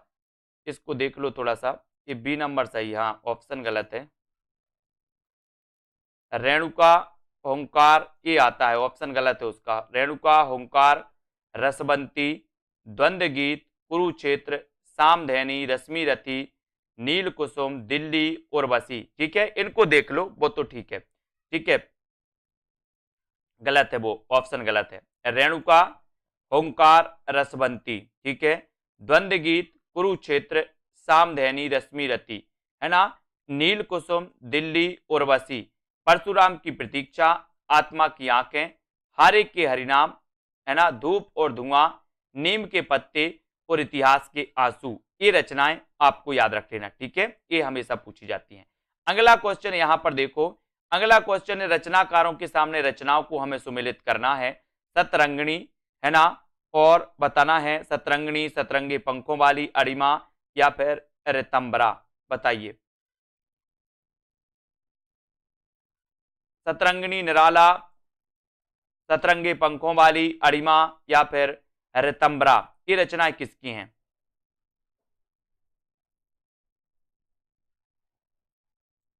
तो ये रचनाएं आपसे पूछी जाएंगी दोस्तों। तो यहां पर अपन सीधे सीधे देखो, सतरंगिनी रचना तो किसकी है? हरिवंश राय बच्चन की। सतरंगे पंखों वाली रचना किसकी है? नागार्जुन की, ठीक है। अरिमा के रचनाकार कौन है? सूर्यकांत त्रिपाठी, निराला। ऋतंबरा रचना किसकी है? केदारनाथ अग्रवाल की। और हम बिस्पाई जन्म के बाल कृष्ण शर्मा, ठीक है। सतरंगिनी आपसे पूछा जाएगा, बोले हरिवंश राय बच्चन सतरंगिनी, है ना। बोले हरि ने सतरंगी दुनिया बनाई है, बनाई कि नहीं बनाई? सतरंगी दुनिया किसने बनाई? आपने बनाई कि हरि ने बनाई? बोले सर हरि ने बनाई। तो हरिवंश राय बच्चन ठीक है। सतरंगे पंखों वाली को कौन खा गया? बोले सतरंगे पंखों वाली को नांग खा गया, नांग खा गया तो नागार्जुन। ठीक है। अरिमा किसकी है? अरिमा सूर्यकांत त्रिपाठी निराला, निराला की है, इसको याद रखो। ऋतंबरा के रचनाकार कौन है? तो केदारनाथ मिश्र प्रभात, केदारनाथ मिश्र प्रभात हैं ये, केदारनाथ अग्रवाल नहीं है, ये केदारनाथ मिश्र प्रभात हैं, है ना। और हम बिस्पाई जन्म के ये बाल कृष्ण भट्ट। बोले हम तो विष भी डाल देते, बोले सर हम तो जन्म से बालों में विष डाल रहे हैं, बाल कृष्ण भट्ट बाल में डाल रहे विष, है ना, तो ये विष डाल रहे हैं बाल में, तो बाल कृष्ण भट्ट हम बिस्पाई जन्म के, है ना। हरिजन गाथा किसकी रचना है? हरिजन गाथा के रचनाकार बताना है। धूमिल है, आलोक धनवा है, लीलाधर जगुड़ी या फिर नागार्जुन। हरिजन धनवा की किसकी रचना मानी जाती है? प्रश्न क्रमांक 46 में। और 46 में आपको पता है हरिजन गाथा नागार्जुन। हरिजन गाथा के रचनाकार कौन है? तो हरिजन गाथा के रचनाकार नागार्जुन माने जाते। ठीक है। वैद्यनाथ इनका वास्तविक नाम। यात्री और दोस्तों माली, यात्री और माली भी इनका उपनाम था, माली। ठीक है। यात्री और माली इनका उपनाम था नागार्जुन का, है ना। और दोस्तों हरिजन गाथा के रचनाकार नागार्जुन। ईश्वर की अध्यक्षता में लीला, बोले ईश्वर की अध्यक्षता में लीला हुई थी, लीला पढ़ते ना अपन, कृष्ण लीला, बोले लीला, तो ईश्वर की अध्यक्षता में लीला जगुड़ी। दुनिया रोज बनती है, आलोक धनवा, है ना। मौची राम, मौची राम सुदामा पांडे धूमिल, मौची राम सुदामा पांडे धूमिल। ठीक है। अब इनमें से बताइए कौन सा नाम सही है? पहला तार सप्तक, तार सप्तक, दूसरा तार सप्तक, तीसरा तार सप्तक, कौन सा नाम सही है? सही नाम आपको चयन करना है, तो कौन सा नाम सही होता है इसमें से बताइए।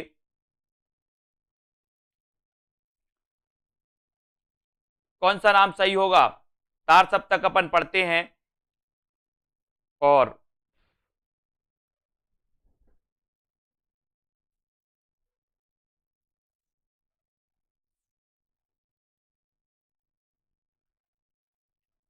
है ना, तो इसमें आपका सही हो जाएगा दोस्तों ये तार सप्तक, तार सप्तक इसमें सही है ना। बाकी दूसरा तीसरा सप्तक चौथा सप्तक ये भी सही है, दूसरा तार सप्तक तीसरा तार सप्तक, लेकिन इसमें दोस्तों ये जो गलत है पहला तार सप्तक गलत है। ठीक है। यहां पर ऐसा क्वेश्चन पूछा जाता कौन सा सही नहीं है, सही नहीं है तो पहला तार सप्तक सही नहीं है, बाकी दूसरा तो तार सप्तक है ही, तीसरा है, चौथा है ना। तो तार सप्तक दोस्तों ये तार सप्तक सही हो जाएगा सी नंबर। दूसरा तार सप्तक 51, तीसरा सप्तक 59, चौथा सप्तक 79। इन सभी तार सप्तकों का संपादन सच्चिदानंद हीरानंद बादशाह अज्ञे ने किया था। ठीक है। तो अज्ञे के बारे में आपको पता ही है, प्रथम द्वितीय तृतीय ये तार सप्तक इन्होंने याद रखे थे। ठीक है। अब यहाँ पर पढ़ते हैं ए नंबर पढ़ते हैं। यहाँ पर ये प्रभात फेरी के रचनाकार कौन है? सीधा सीधा इनको देख लेते हैं, इनको थोड़ा सा पढ़ लेते हैं। मधुलिका की रचनाकार कौन है? तो रामेश्वर शुक्ल अंचल है। प्रभात फेरी किसकी रचना है? नरेंद्र शर्मा की है प्रभात फेरी।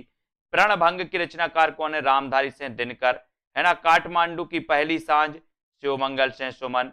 मौर्य विजय की रचनाकार कौन है? सियाराम शरण गुप्त। अब आपसे पूछा जाएगा मधुलिका के रचनाकार कौन है? आप क्या बताओगे? रामेश्वर शुक्ल अंचल है। प्रभात फेरी ये किसकी रचना है? नरेंद्र शर्मा की। प्रणभंग रामधारी सिंह दिनकर, है ना। काठमांडू की पहली सांझ शिवमंगल सिंह सुमन। मौर्य विजय की रचनाकार कौन है? तो सियाराम शरण गुप्त। ठीक है। अगला क्वेश्चन इस प्रकार से आपको बताना है कि रचना किस किस की है। मौर्य विजय की रचनाकार कौन है? राखी की चुनौती किसकी रचना है? ठीक है। और दोस्तों राष्ट्रीय तरंग ये किसकी है? या फिर विप्लव, है ना, या फिर सतरंगे पंखों वाली ये रचनाएं किसकी हैं? इन रचनाओं को आपको बताना है, तो ये रचनाएं किसकी मानी जाती हैं। तो इन रचनाओं को भी अपन फिर से सीधा सीधा देखेंगे। ये रचनाएं यहाँ से पढ़ना है अपन को कि सियाराम शरण गुप्त की तो मौर्य विजय, है ना। बालकृष्ण शर्मा की विप्लव गायन की रचनाकार कौन है? बालकृष्ण शर्मा नवीन। ठीक है। राखी की चुनौती किसकी रचना है? सुभद्रा कुमारी चौहान। राखी की चुनौती। राष्ट्रीय तरंग की रचनाकार कौन है? गया प्रसाद शुक्ल स्नेही। और सतरंगे पंखों वाली ये रचना किसकी है? तो ये रचना है दोस्तों नागार्जुन की। ठीक है। तो मौर्य विजय सियाराम शरण गुप्त, विप्लव गायन बालकृष्ण शर्मा नवीन, राखी की चुनौती सुभद्रा कुमारी चौहान, राष्ट्रीय तरंग गया प्रसाद शुक्ल स्नेही और सतरंगे पंखों वाली को कौन खा गया? बोले सर नाग। तो नागार्जुन आपका बिल्कुल सही हो जाएगा। ठीक है, 9 बजे रोज 9 बजे क्लास होती है दोस्तों, आपकी 40 मिनट की क्लास होती है। अब यहां पर आपको चयन करना है, यहां पर आपको बताना है कि रचना ना तो दर्शन है और ना किसी ज्ञानी के प्रौढ़ मस्तिष्क का चमत्कार, यह तो अंततः एक साधारण मनुष्य का शंकाकुल हृदय ही है जो मस्तिष्क के हृदय पर चढ़कर बोल रहा है। रामधारी से दिनकर द्वारा कहा गया यह कथन उनके किस काव्य के संबंध में है? ये आपको बताना है, ये आपको बताना है पुष्पा जी। 50 का आंसर आपको बताना है। सभी लोग बताइए, रचना ना तो दर्शन है और ना किसी ज्ञानी के प्रौढ़ मस्तिष्क का चमत्कार, यह तो अंततः एक साधारण मनुष्य का शंकाकुल हृदय ही है जो मस्तिष्क के स्तर पर चढ़कर बोल रहा है। रामधारी से दिनकर द्वारा कहा गया यह कथन उनके किस काव्य के संबंध में है? तो किस काव्य के संबंध में है दोस्तों? ये जो है ये कुरुक्षेत्र के संबंध में है। ठीक है, कुरुक्षेत्र, रश्मि रति, उर्वशी और दोस्तों परशुराम की प्रतीक्षा। ठीक है, ये रचना इनकी मानी जाती है। रचना ना तो दर्शन है ना किसी ज्ञानी के प्रौढ़ मस्तिष्क का चमत्कार, यह तो अंततः एक साधारण मनुष्य का शंकाकुल क्या है? हृदय है, शंकाकुल हृदय है। ये दोस्तों कुरुक्षेत्र से संबंधित है, रामधारी से दिनकर की रचना है। रामधारी से दिनकर की रचनाओं में रेणुका 1935 सबसे पहले रेणुका आती है, ओंकार आती है, फिर 1939 में रसवंती, द्वंद्व गीत, कुरुक्षेत्र, सामधैनी, रश्मि रति, नील कुसुम, दिल्ली, है ना, उर्वशी, परशुराम की प्रतीक्षा, आत्मा की आंखें, हरि को हरिनाम, है ना, धूप और धुआं, नीम के पत्ते, इतिहास के आंसू इत्यादि ये रचनाएं। अब आपको क्रमबद्ध यहां पर बताना है, क्रमबद्ध चयन करना है साथियों। जन्म काल के आधार पर निम्नलिखित कवियों का सही अनुक्रम बताइए।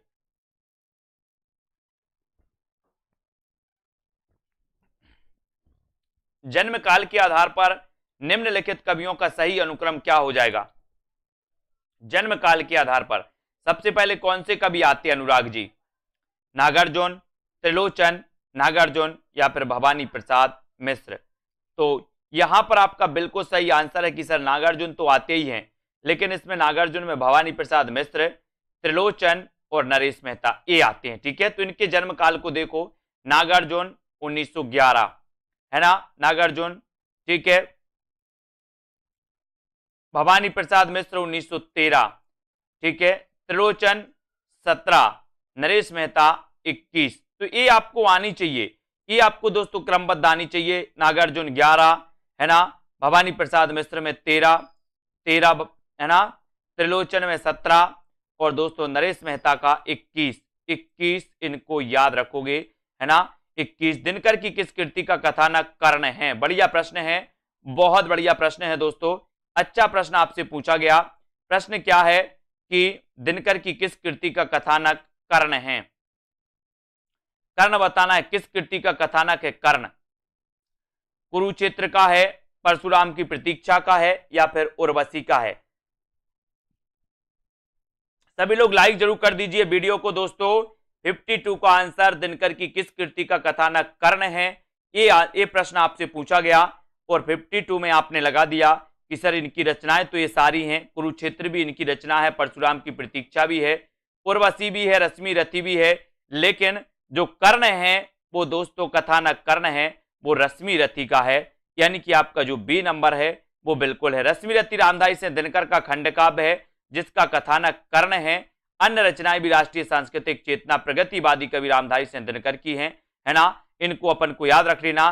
प्रगतिशील लेखक संघ की स्थापना लंदन में किसके प्रयत्न से हुई थी? बताइए किसके प्रयत्न से हुई थी लंदन में? लंदन में ये चयन आपको करना है। प्रगतिशील लेखक संघ की स्थापना दोस्तों लंदन में किसके प्रयासों से हुई थी, ये आपको बताना है। प्रश्न क्रमांक 53 का आंसर आपको चयन करना है। और प्रगतिशील लेखक संघ की स्थापना लंदन में किसके प्रयत्न से हुई थी? तो वो प्रयत्न है दोस्तों अपना सी नंबर, मुल्कराज आनंद व सज्जाद जहीर, है ना, मुल्कराज आनंद व सज्जाद जहीर के प्रयासों से हुई थी, यानी कि सी नंबर। कब हुई थी दोस्तों? 1935 में, 1935 में, ठीक है। फिर भारत में कब हुई थी? 1936 में, है ना। लखनऊ में इसका पहला क्या हुआ था? अधिवेशन हुआ था। पहले अध्यक्ष कौन थे इसके? तो इसके पहले अध्यक्ष थे कौन? प्रेमचंद। ये सभी को पता होगा, ठीक है, ये सभी को पता है, बहुत बढ़िया। तो अब यहां पर अपन देखते हैं दोस्तों इसके बारे में कि 1935 में लगभग फ्रांस की राजधानी पेरिस में एम फास्टर्स के नेतृत्व में प्रोग्रेसिव राइटर्स एसोसिएशन की स्थापना हुई थी। इसी तर्ज पर भारत के मुल्कराज आनंद एवं सज्जाद जहीर ने दोस्तों क्या किया था? सज्जाद जहीर, है ना, भारत के डॉक्टर मुल्कराज आनंद एवं सज्जाद जहीर ने ब्रिटिश राजधानी लंदन में प्रगतिशील लेखक संघ की स्थापना की थी।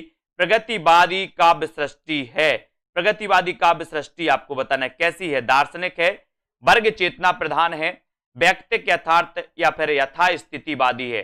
प्रगतिवादी काव्य सृष्टि कैसी मानी जाती है? कमेंट में आपको लिखना है। वीडियो को लाइक और शेयर जरूर करना है। 10 बजे एग्जाम पर यूट्यूब चैनल में दोस्तों एक क्लास आती है आपके लिए हिंदी साहित्य की, वो भी आप अटेंड कर सकते हो। सेल्फ स्टडी क्लासेस का ऐप अभी तक डाउनलोड अगर नहीं किया है तो आज ही सेल्फ स्टडी क्लासेस का ऐप डाउनलोड कर लें, है ना। और प्रगतिवादी काव्य सृष्टि है तो वो कौन सी है? वर्ग चेतना प्रधान, यानी कि आपका जो बी नंबर वर्ग चेतना प्रधान है वो बिल्कुल सही हो जाएगा, ठीक है, बी नंबर आपका सही हो जाएगा। और दोस्तों 1 तारीख से यानी कि 1 अप्रैल से लॉन्च होने वाला है टीजीटी पीजीटी का मॉडल पेपर। मॉडल पेपर यानी कि जिसमें 125 प्रश्न होंगे। 125 में व्याकरण के भी प्रश्न होंगे, हिंदी साहित्य के भी प्रश्न होंगे, संस्कृत के भी प्रश्न होंगे। तो कुल मिला के 125 प्रश्नों का जो मॉडल पेपर टीजीटी पीजीटी में आता है वो लॉन्च होने वाला है 1 अप्रैल से, ठीक है, 1 अप्रैल से लॉन्च होगा।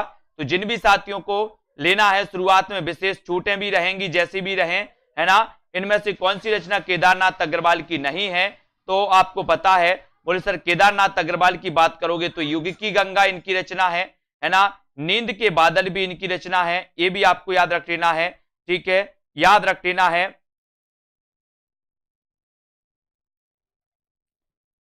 ठीक है। और आग का झरना और युगधारा ये दोस्तों किसकी है?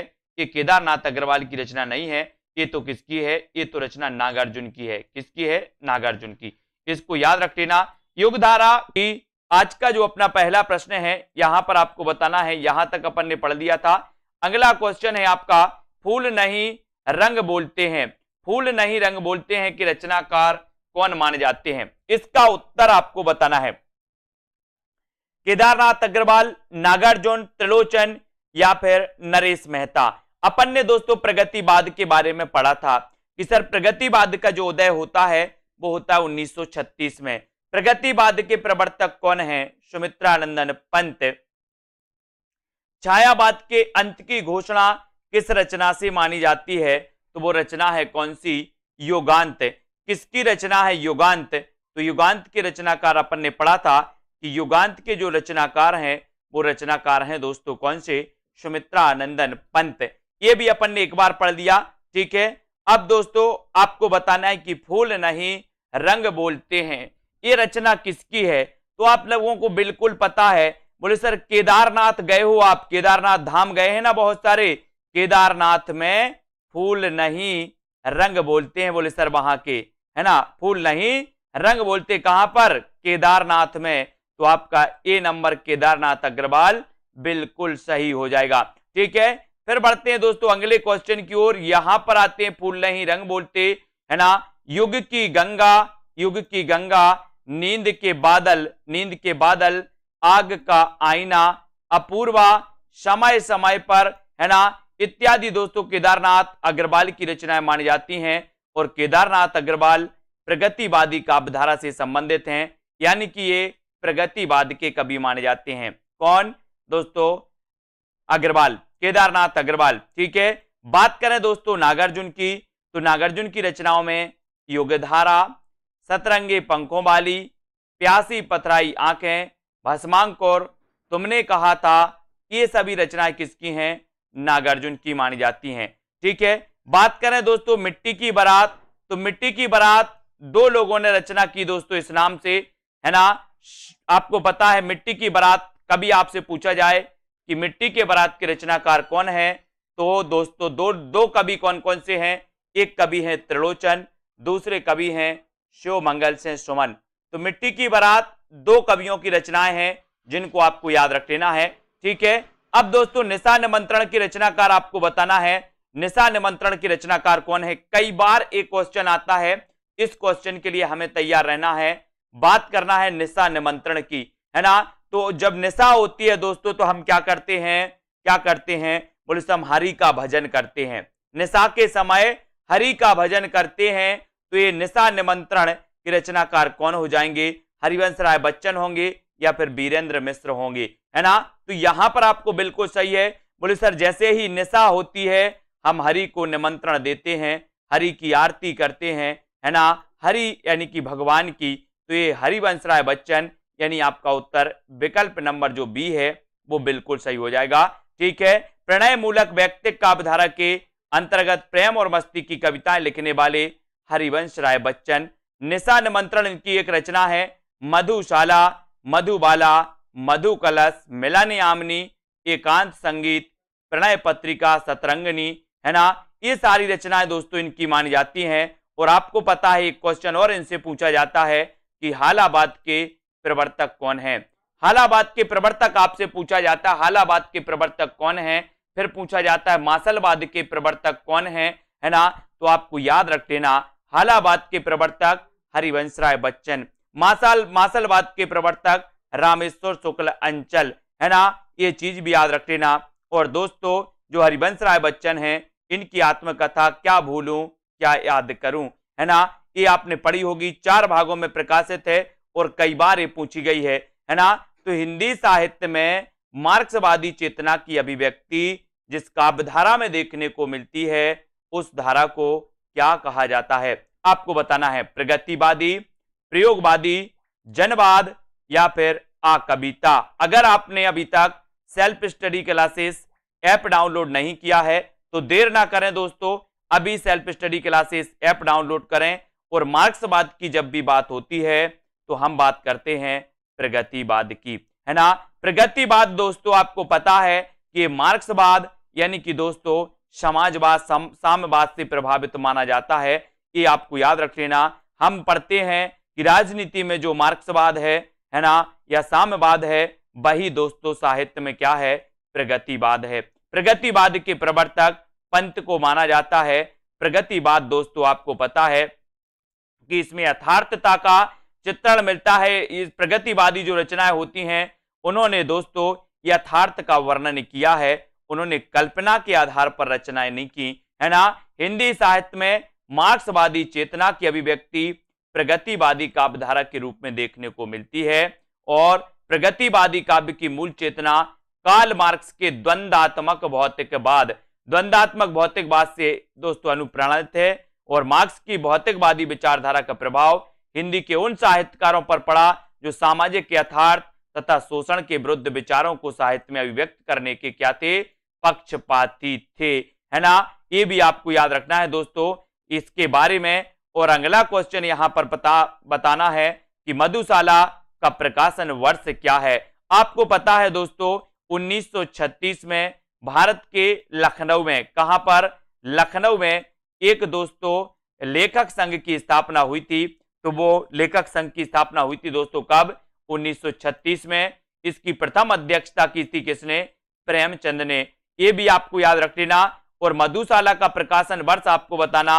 सबसे पहले तो ये चीज आपको पता होनी चाहिए कि मधुशाला के दोस्तों रचनाकार कौन है ना। तो मधुशाला के जो रचनाकार माने जाते हैं, मधुशाला, मधुबाला, मधु कलश, निशा निमंत्रण, है ना, ये सभी जो रचनाकार इनके माने जाते हैं नितिका जी, वो कौन माने जाते हैं, वो माने जाते हैं हरिवंश राय बच्चन, ठीक है।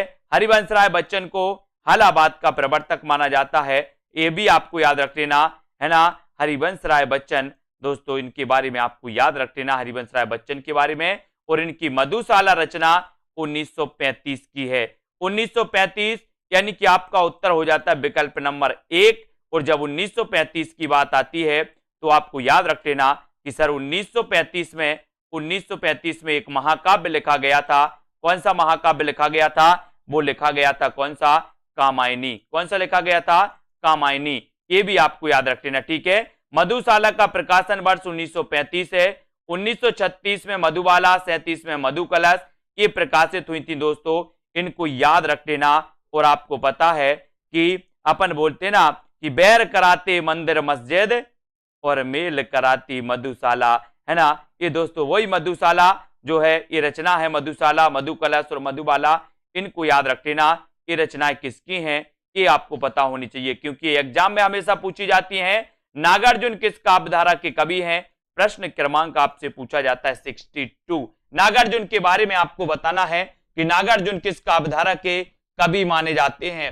ये प्रगतिवादी कवि हैं, ये प्रयोगवादी कवि हैं, ये कविता के संबंधित हैं, ये समकालीन कवि हैं। नागार्जुन किस काव्यधारा के कवि माने जाते हैं ये आपको लिखना है, प्रगतिवाद के या फिर प्रयोगवाद के। और आपका बिल्कुल सही आंसर, एकदम जो राइट आंसर हो जाता है उसको अपन को बताना है। और आंसर हो जाता है आपका, बोले सर नागार्जुन की अगर बात करते हो तो नागार्जुन का वास्तविक नाम क्या था? एक क्वेश्चन यहां से बनता है दोस्तों कि नागार्जुन का वास्तविक नाम था क्या? वैद्यनाथ, है ना। नागार्जुन मैथिली में किस नाम से लिखते थे? तो नागार्जुन मैथिली में लिखते थे यात्री नाम से, है ना। और इनका वास्तविक नाम था वैद्यनाथ। और दोस्तों नागार्जुन प्रगतिवादी कवि थे, है ना। ये भी आपको याद रख लेना। कहीं आओ रानी हम ढाएंगे पालकी और यही हुई है राय जवाहरलाल की, है ना। नागार्जुन, केदारनाथ अग्रवाल, रांगे राघव, शिव मंगल सिंह सुमन, त्रिलोचन, भारत भूषण अग्रवाल, सोम ठाकुर, नीरज बलवीर सिंह, है ना, आदि प्रगतिवादी कवि माने जाते हैं दोस्तों। इनको अपन को याद रख लेना। इनका वास्तविक नाम था वैद्यनाथ मिश्र, मैथिली में यात्री नाम से लिखते थे, है ना। और इनकी रचनाएं कविताएं बादल को घिरते देखा, पाषाणी, रविंद्र के प्रति, सिंदूर तिलकित भाल, ये रचनाएं मानी जाती हैं दोस्तों, है ना।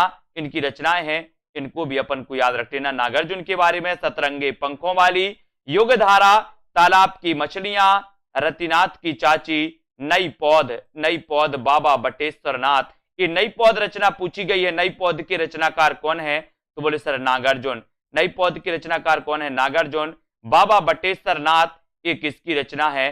तो ये नागार्जुन की मानी जाती है। अगला क्वेश्चन है, शोषक वर्ग के प्रति घृणा का भाव किस युग की कविता की मुख्य प्रवृत्ति रही है? शोषक वर्ग के प्रति घृणा के भाव, ये आपको बताना है दोस्तों, किस वर्ग, किस युग की कविता की प्रमुख प्रवृत्ति रही है। प्रश्न क्रमांक है अपना 63। और अपन ने बताया है, क्या बताया दोस्तों, कि शोषक वर्ग के प्रति घृणा का भाव यथार्थता में दोस्तों जिन्होंने रचनाएं की हैं वो कवि कौन थे? बोले सर वो प्रगतिवादी कवि थे। प्रगतिवाद किससे प्रभावित था? तो प्रगतिवाद मार्क्सवाद से प्रभावित था। शोषक वर्ग के प्रति घृणा भाव प्रगतिवाद युग की मुख्य प्रवृत्ति रही, मुख्य विशेषता रही, ये भी आपको याद रख लेना है। और प्रगतिवाद का सैद्धांतिक आधार मार्क्स का द्वंद्वात्मक भौतिकवाद है। राजनीति के क्षेत्र में जो समाजवाद है या साम्यवाद है, साहित्य के क्षेत्र में वही क्या है? प्रगतिवाद है। ये भी आपको याद रख लेना कि दोस्तों राजनीति के क्षेत्र में जो समाजवाद है, साम्यवाद है, साहित्य के क्षेत्र में वही प्रगतिवाद है ना।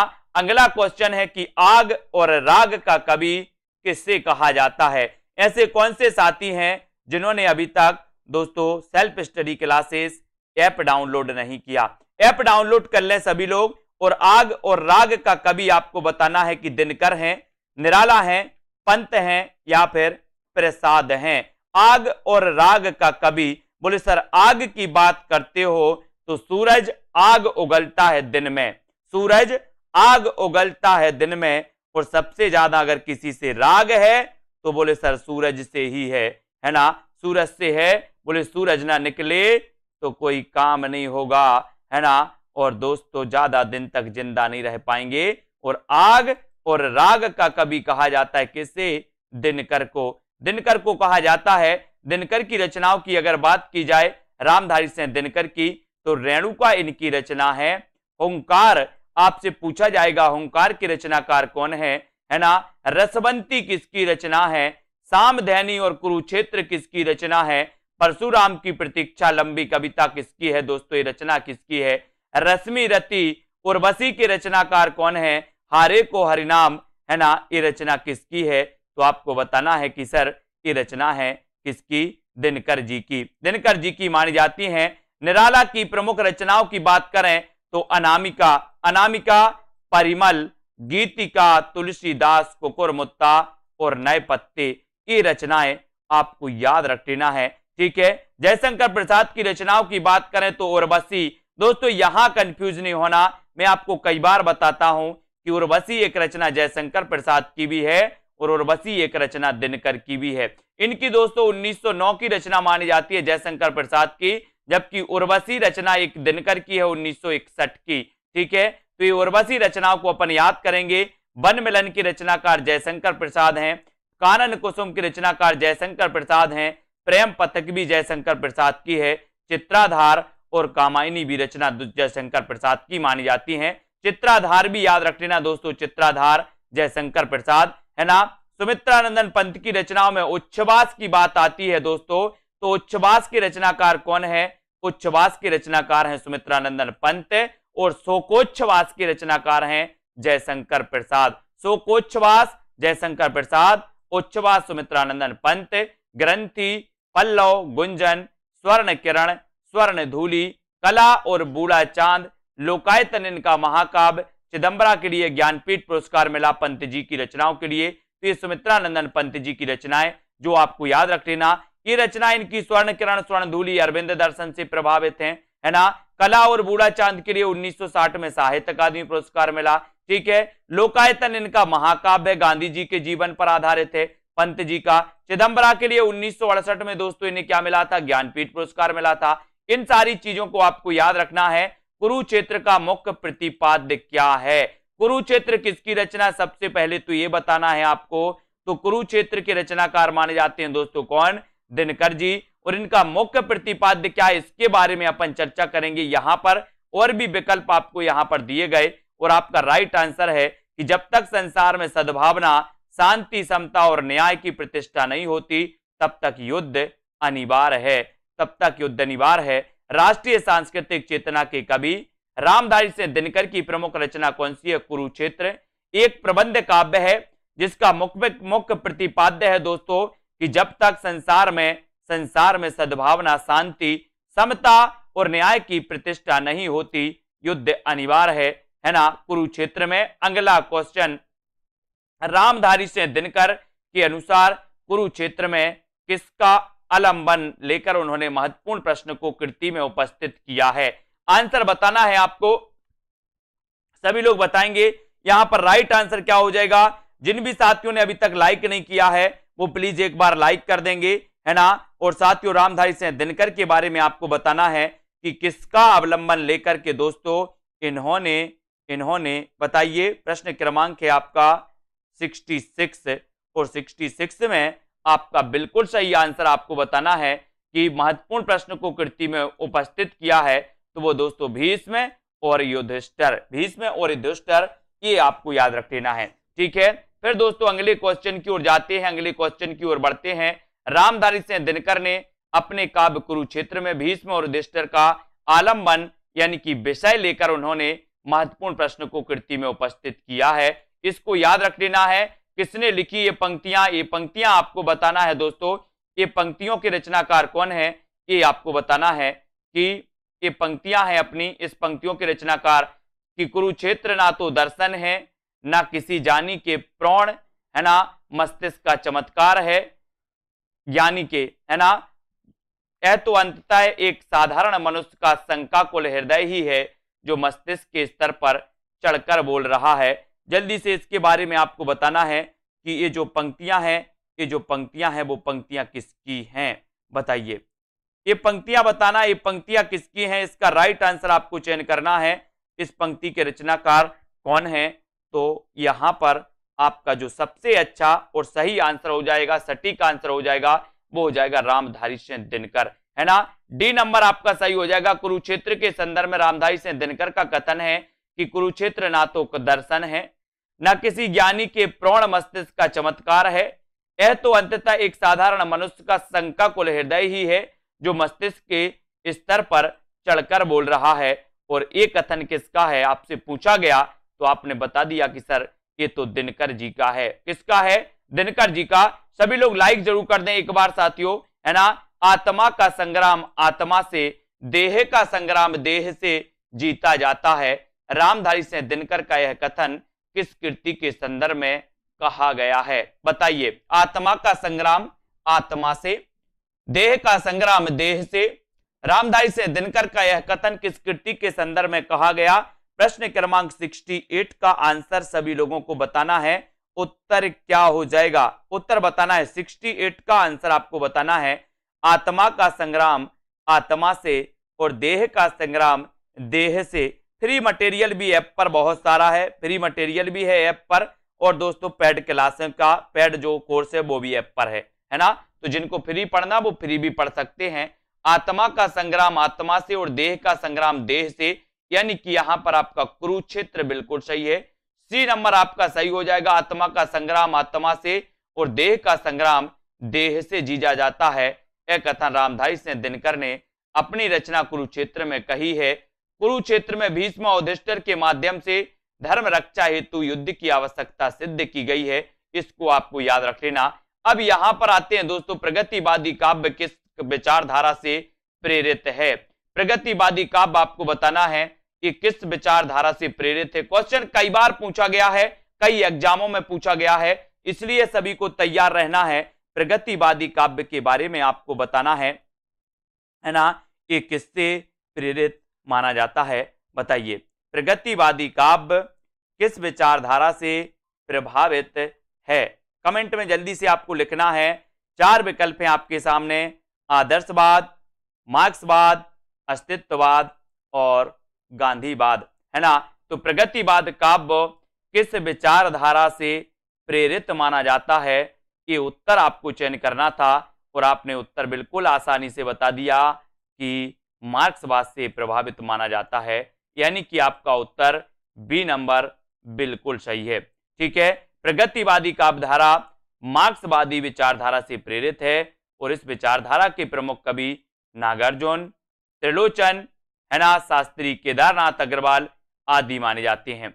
अगला क्वेश्चन है, प्रस्तुत पंक्तियां किस कृति से ली गई हैं? अगला यहां पर पंक्ति आपको दी है कि इस व्यक्तिक भोगवाद से फूटी विष की धारा तड़प रहा है जिसमें पढ़कर मानव समाज यह सारा। ये बताना है कि दोस्तों ये पंक्ति किसकी है? सरोज स्मृति, राम की, शक्ति पूजा, कामायनी या फिर कुरुक्षेत्र। ये पंक्तियां कहां से ली गई हैं? 70 का आंसर आपको चयन करना है। 70 का आंसर आपको बताना है और 70 में आपका उत्तर हो जाएगा, इस व्यक्तिक भोगवाद से फूटी विष की धारा तड़प रहा है जिसमें पढ़कर मानव समाज यह सारा। उत्तर चला जाता है कुरुक्षेत्र। कुरुक्षेत्र यानी कि आपका डी नंबर बिल्कुल सही हो जाएगा, है ना। कुरुक्षेत्र आपका राइट आंसर है दोस्तों। ये पंक्तियां ली गई हैं कुरुक्षेत्र से, है ना। दिनकर कृत कुरुक्षेत्र से दोस्तों ये पंक्तियां ली गई हैं। राम की शक्ति पूजा निराला की दोस्तों लंबी कविता है, इसको याद करना। कामायनी के रचनाकार जयशंकर प्रसाद है। सबको मुक्त प्रकाश चाहिए, सबको मुक्त समीरण, बाधा रहित विकास मुक्त, है ना, आशंकाओं से जीवन। ये पंक्तियां किससे ली गई हैं? ये पंक्तियां आपको बताना है कि सबको मुक्त प्रकाश चाहिए, सबको मुक्त समीरण, बाधा रहित विकास। ये पंक्तियां कहां से ली गई हैं? तो यहां पर आपको बताना था। और ये सबको मुक्त प्रकाश चाहिए, ये जो पंक्तियां हैं ये पंक्तियां ली गई हैं दोस्तों कहां से? कुरुक्षेत्र से। कुरुक्षेत्र यानी कि आपका उत्तर चला जाता है विकल्प नंबर सी की तरफ। सी नंबर आपका बिल्कुल सही हो जाता है। सबको मुक्त प्रकाश चाहिए, ये दोस्तों दिनकर की पंक्ति है और ये ली गई है काय से? कुरुक्षेत्र से। अगला क्वेश्चन आपको चयन करना है कि कुरुक्षेत्र के प्रथम सर्ग का प्रारंभ किस पंक्ति से होता है? किस पंक्ति से होता है? 72 का आंसर बताना है। देश की इज्जत बचाने के लिए ईस जाने देश का लज्जा विषय, या वह कौन रोता है वहां तत्व है कि कोई केवल आवरण। इसके बारे में कुरुक्षेत्र के प्रथम सर्ग का प्रारंभ किस पंक्ति से माना जाता है? इसका उत्तर आपको चयन करना है। 72 का आंसर आपको चयन करना है। और यहां पर ये दोस्तों प्रथम सर्ग का प्रारंभ कुरुक्षेत्र का माना जाता है कि दोस्तों ये क्वेश्चन कई बार आया है, कुरुक्षेत्र का प्रथम सर्ग का प्रारंभ किस पंक्ति से होता है? तब यहां पर आपका उत्तर चला जाता है वह कौन रोता है वहां, वह कौन रोता है वहां, इस पंक्ति से होता है। यानी कि आपका उत्तर हो जाता है विकल्प नंबर सी। सी जिन्होंने बताया उनका आंसर बिल्कुल सही। रामधारी से दिनकर कृत कुरुक्षेत्र ये प्रबंध काव्य है। वह कौन रोता है वहां पंक्ति से होता है दोस्तों इसका प्रारंभ, जबकि अन्य तीनों पंक्तियां संगत हैं। प्रगतिवाद का दार्शनिक आधार क्या है? दार्शनिक आधार बताना है साम्यवाद है, अस्तित्ववाद है, प्रयोगवाद है या फिर पूंजीवाद है। साम्यवाद प्रगतिवाद का दार्शनिक आधार आपको बताना है। दार्शनिक आधार क्या है? प्रगतिवाद का दार्शनिक आधार आपको चयन करना है, यानी कि आपको उत्तर 73 का उत्तर बताना है। ये क्वेश्चन भी कई बार आया है कि प्रगतिवाद का दार्शनिक आधार क्या है, और बहुत सारे लोगों ने उत्तर बता भी दिया है कि सर अगर प्रगतिवाद के दार्शनिक आधार की बात करोगे तो राजनीति के क्षेत्र में जो साम्यवाद है ना, साहित्य के क्षेत्र में वही क्या है? प्रगतिवाद। यानी कि उत्तर आपका एक ही तरफ चला जाता है। ये नंबर आपका बिल्कुल सही हो जाता है। ठीक है, अब यहां पर क्वेश्चन आता है प्रगतिवाद का दार्शनिक आधार है साम्यवाद, जो मार्क्सवाद की देन है। इस संबंध में कहा गया कि राजनीति के क्षेत्र में जो मार्क्सवाद है, तो दोस्तों साहित्य के क्षेत्र में वही क्या है? साहित्य के क्षेत्र में वही प्रगतिवाद है ना। किस कवि को मार्क्सवादी चेतना का कवि माना जाता है? किस कवि को माना जाता है मार्क्सवादी चेतना का कवि? धर्मवीर भारती को, अज्ञे हरिवंश राय बच्चन को या फिर केदारनाथ अग्रवाल को? किस कवि को मार्क्सवादी चेतना का कवि माना जाता है? मार्क्सवादी चेतना का कवि। ये चार विकल्प हैं। इतना तो हमारे अंदर कॉमन सेंस है कि सर यहां पर प्रगतिवादी कवियों की अगर बात करें तो प्रगतिवादी कवि दिख रहे हैं कौन? केदारनाथ अग्रवाल। फूल नहीं रंग बोलते हैं इनकी रचना है, बहुत ही श्रेष्ठ रचना।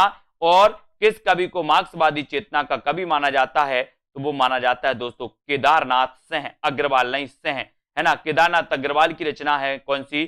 फूल नहीं रंग बोलते हैं। लेकिन ये केदारनाथ सिंह है, यानी कि यहां पर डी नंबर आपका सही होगा। केदारनाथ सिंह और केदारनाथ अग्रवाल में दोस्तों कंफ्यूज नहीं होना, है ना। केदारनाथ सिंह को मार्क्सवादी चेतना का कवि कहा जाता है।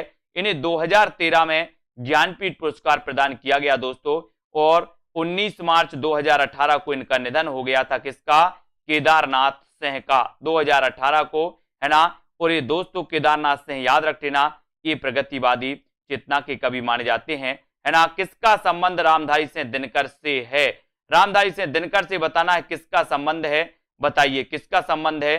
कामाध्यात्म की समस्या, पौराणिक प्रसंग में भारत चीन युद्ध युगीन संदर्भ, या फिर युद्ध दर्शन या सुधारवाद? तो बताना है किसका संबंध दिनकर से है। दिनकर बताना है कैन का कवि, वो केदारनाथ अग्रवाल को कैन का कवि। ठीक है, तो यहां पर आपका दोस्तों पौराणिक प्रसंग में भारत चीन युद्ध का युगीन संदर्भ, यानी कि आपका बी नंबर बिल्कुल सही हो जाएगा। ठीक है, बी नंबर यानी कि आपका ए नंबर जे, ए बी और सी।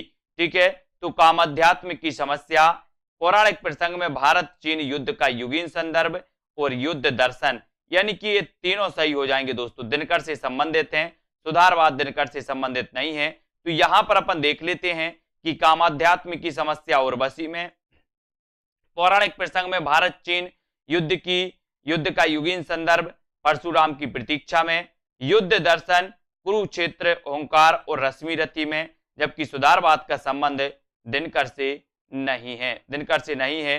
76 का आंसर आपको बताना है कि किस कवि का संबंध प्रगतिवाद से नहीं है। प्रगतिवाद से नहीं है तो किसका संबंध नहीं है, ये आपको बताना है। किसका संबंध नहीं है प्रगतिवाद से? रामधरस मिश्र का है, त्रिलोचन का है, मुक्तिबोध या फिर दोस्तों नागार्जुन? किसका नहीं है पूछा गया। सभी लोग एक बार लाइक जरूर करेंगे, लाइक आपको जरूर करना है साथियों। ठीक है, आप एक बार लाइक करते हो, है ना, और एक क्लास आपके लिए दोस्तों कई बार आपको मिलने वाली है। ठीक है, और जिन भी साथियों ने अभी तक दोस्तों सब्सक्राइब किया है लेकिन बेल आइकन को नहीं दबाया, तो वो बेल आइकन को दबा दें, जिससे नोटिफिकेशन आपके पास हमेशा के लिए पहुंचेगा, रोज पहुंचेगा। जो भी क्लास होंगी उनका नोटिफिकेशन पहुंचेगा। ठीक है, तो अब किस कवि का संबंध प्रगतिवाद से नहीं है? तो बोले सर किस कवि का पूछा है, तो रामदरस मिश्र का नहीं है, यानी कि ये नंबर त्रिलोचन का तो है, मुक्तिबोध है, नागार्जुन भी है, ठीक है। तो एक नंबर आपका सही हो जाता है। यहाँ पर रामदरस मिश्र का संबंध प्रगतिवाद से नहीं है, जबकि मुक्तिबोध, त्रिलोचन तथा नागार्जुन प्रगतिवाद के कवि माने जाते हैं।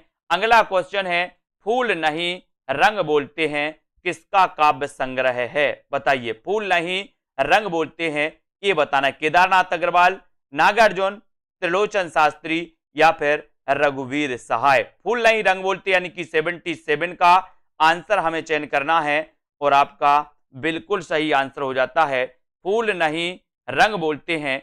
उत्तर चला जाता है केदारनाथ अग्रवाल, फूल नहीं रंग बोलते हैं, यानी कि आपका जो एक नंबर है, ए नंबर है, वो बिल्कुल सही है। फूल नहीं रंग बोलते हैं ये केदारनाथ अग्रवाल का प्रमुख काव्य संग्रह है ना। युग की गंगा और दोस्तों मार प्यार की थापें, आग का आईना, अकाल और उसके बाद नागार्जुन की एवं ताप के ताए हुए दिन त्रिलोचन शास्त्री की रचना है। इनको हमें याद रख लेना है, ठीक है।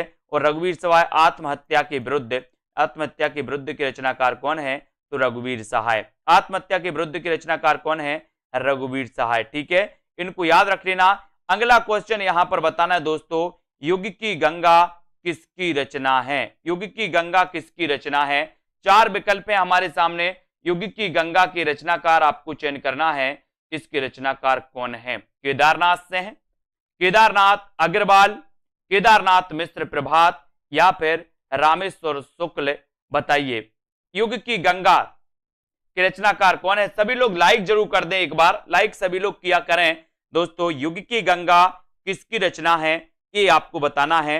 और जिन भी साथियों ने अभी तक सेल्फ स्टडी क्लासेस का दोस्तों क्या नहीं किया है ना, हाँ अलग अलग कवि हैं, केदारनाथ अग्रवाल अलग है, केदारनाथ से हैं अलग हैं, ठीक है। तो यहां पर याद रख लेना कि युग की गंगा किसकी रचना है? युग की गंगा दोस्तों इसके रचनाकार हैं केदारनाथ अग्रवाल, ठीक है।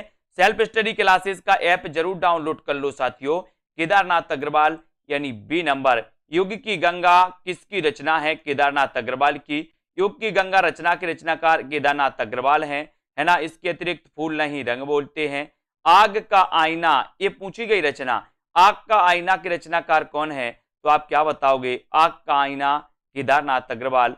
गुल मेहंदी, नींद के बादल, है ना, ये सभी मानी जाती हैं। नींद के बादल भी केदारनाथ में, बोले सर नींद के बादल सो गए थे, है ना। और गुल मेहंदी भी इनकी रचना है केदारनाथ अग्रवाल जी की। और ये प्रगतिवादी श्रेष्ठ कवि माने जाते हैं केदारनाथ अग्रवाल, ठीक है। इतनी चीजें तो सभी को पता है। और केदारनाथ अग्रवाल किस काव्यधारा के कवि हैं ये आंसर आपको बताना है। सरल आंसर, प्रश्न भी सही है आपके लिए और उत्तर भी आपको बताना है, तब आपका बिल्कुल सही। केदारनाथ अग्रवाल किस काव्यधारा के कवि माने जाते हैं?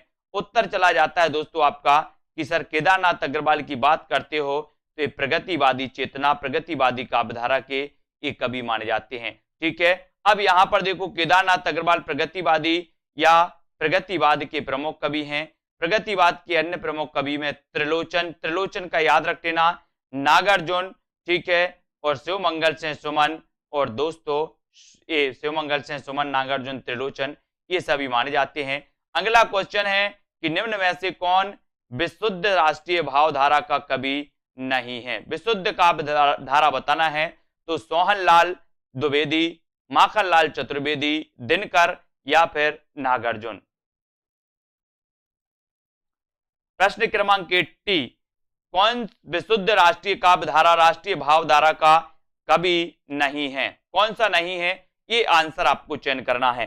4 सेकंड है, सभी लोग बताएंगे, वीडियो को लाइक कर देंगे और दोस्तों अपने मित्रों तक शेयर जरूर कर दिया करें। ये रोज क्लास होती है 9 बजे। और जिन भी साथियों को अभी दोस्तों एडमिशन लेना है तो अभी भी मौका है, आप एडमिशन ले सकते हो, है ना। और यहां पर आपका उत्तर सी नंबर, ये नागार्जुन साहब जो हैं दोस्तों ये प्रगतिवादी काव्यधारा के कवि हैं। ये राष्ट्रीय भावधारा, राष्ट्रीय विशुद्ध राष्ट्रीय भावधारा के कवि नहीं माने जाते, है ना। और नागार्जुन राष्ट्रीय भावधारा के कवि नहीं है, बल्कि प्रगतिवादी या मार्क्सवादी विचारधारा के साथ साथ राजनीतिक कवि भी माने जाते हैं। जबकि सोहनलाल द्विवेदी, माखनलाल चतुर्वेदी, दिनकर ये राष्ट्रीय काव्यधारा के कवि हैं आज का आपका चैलेंज प्रश्न है, अज्ञे ने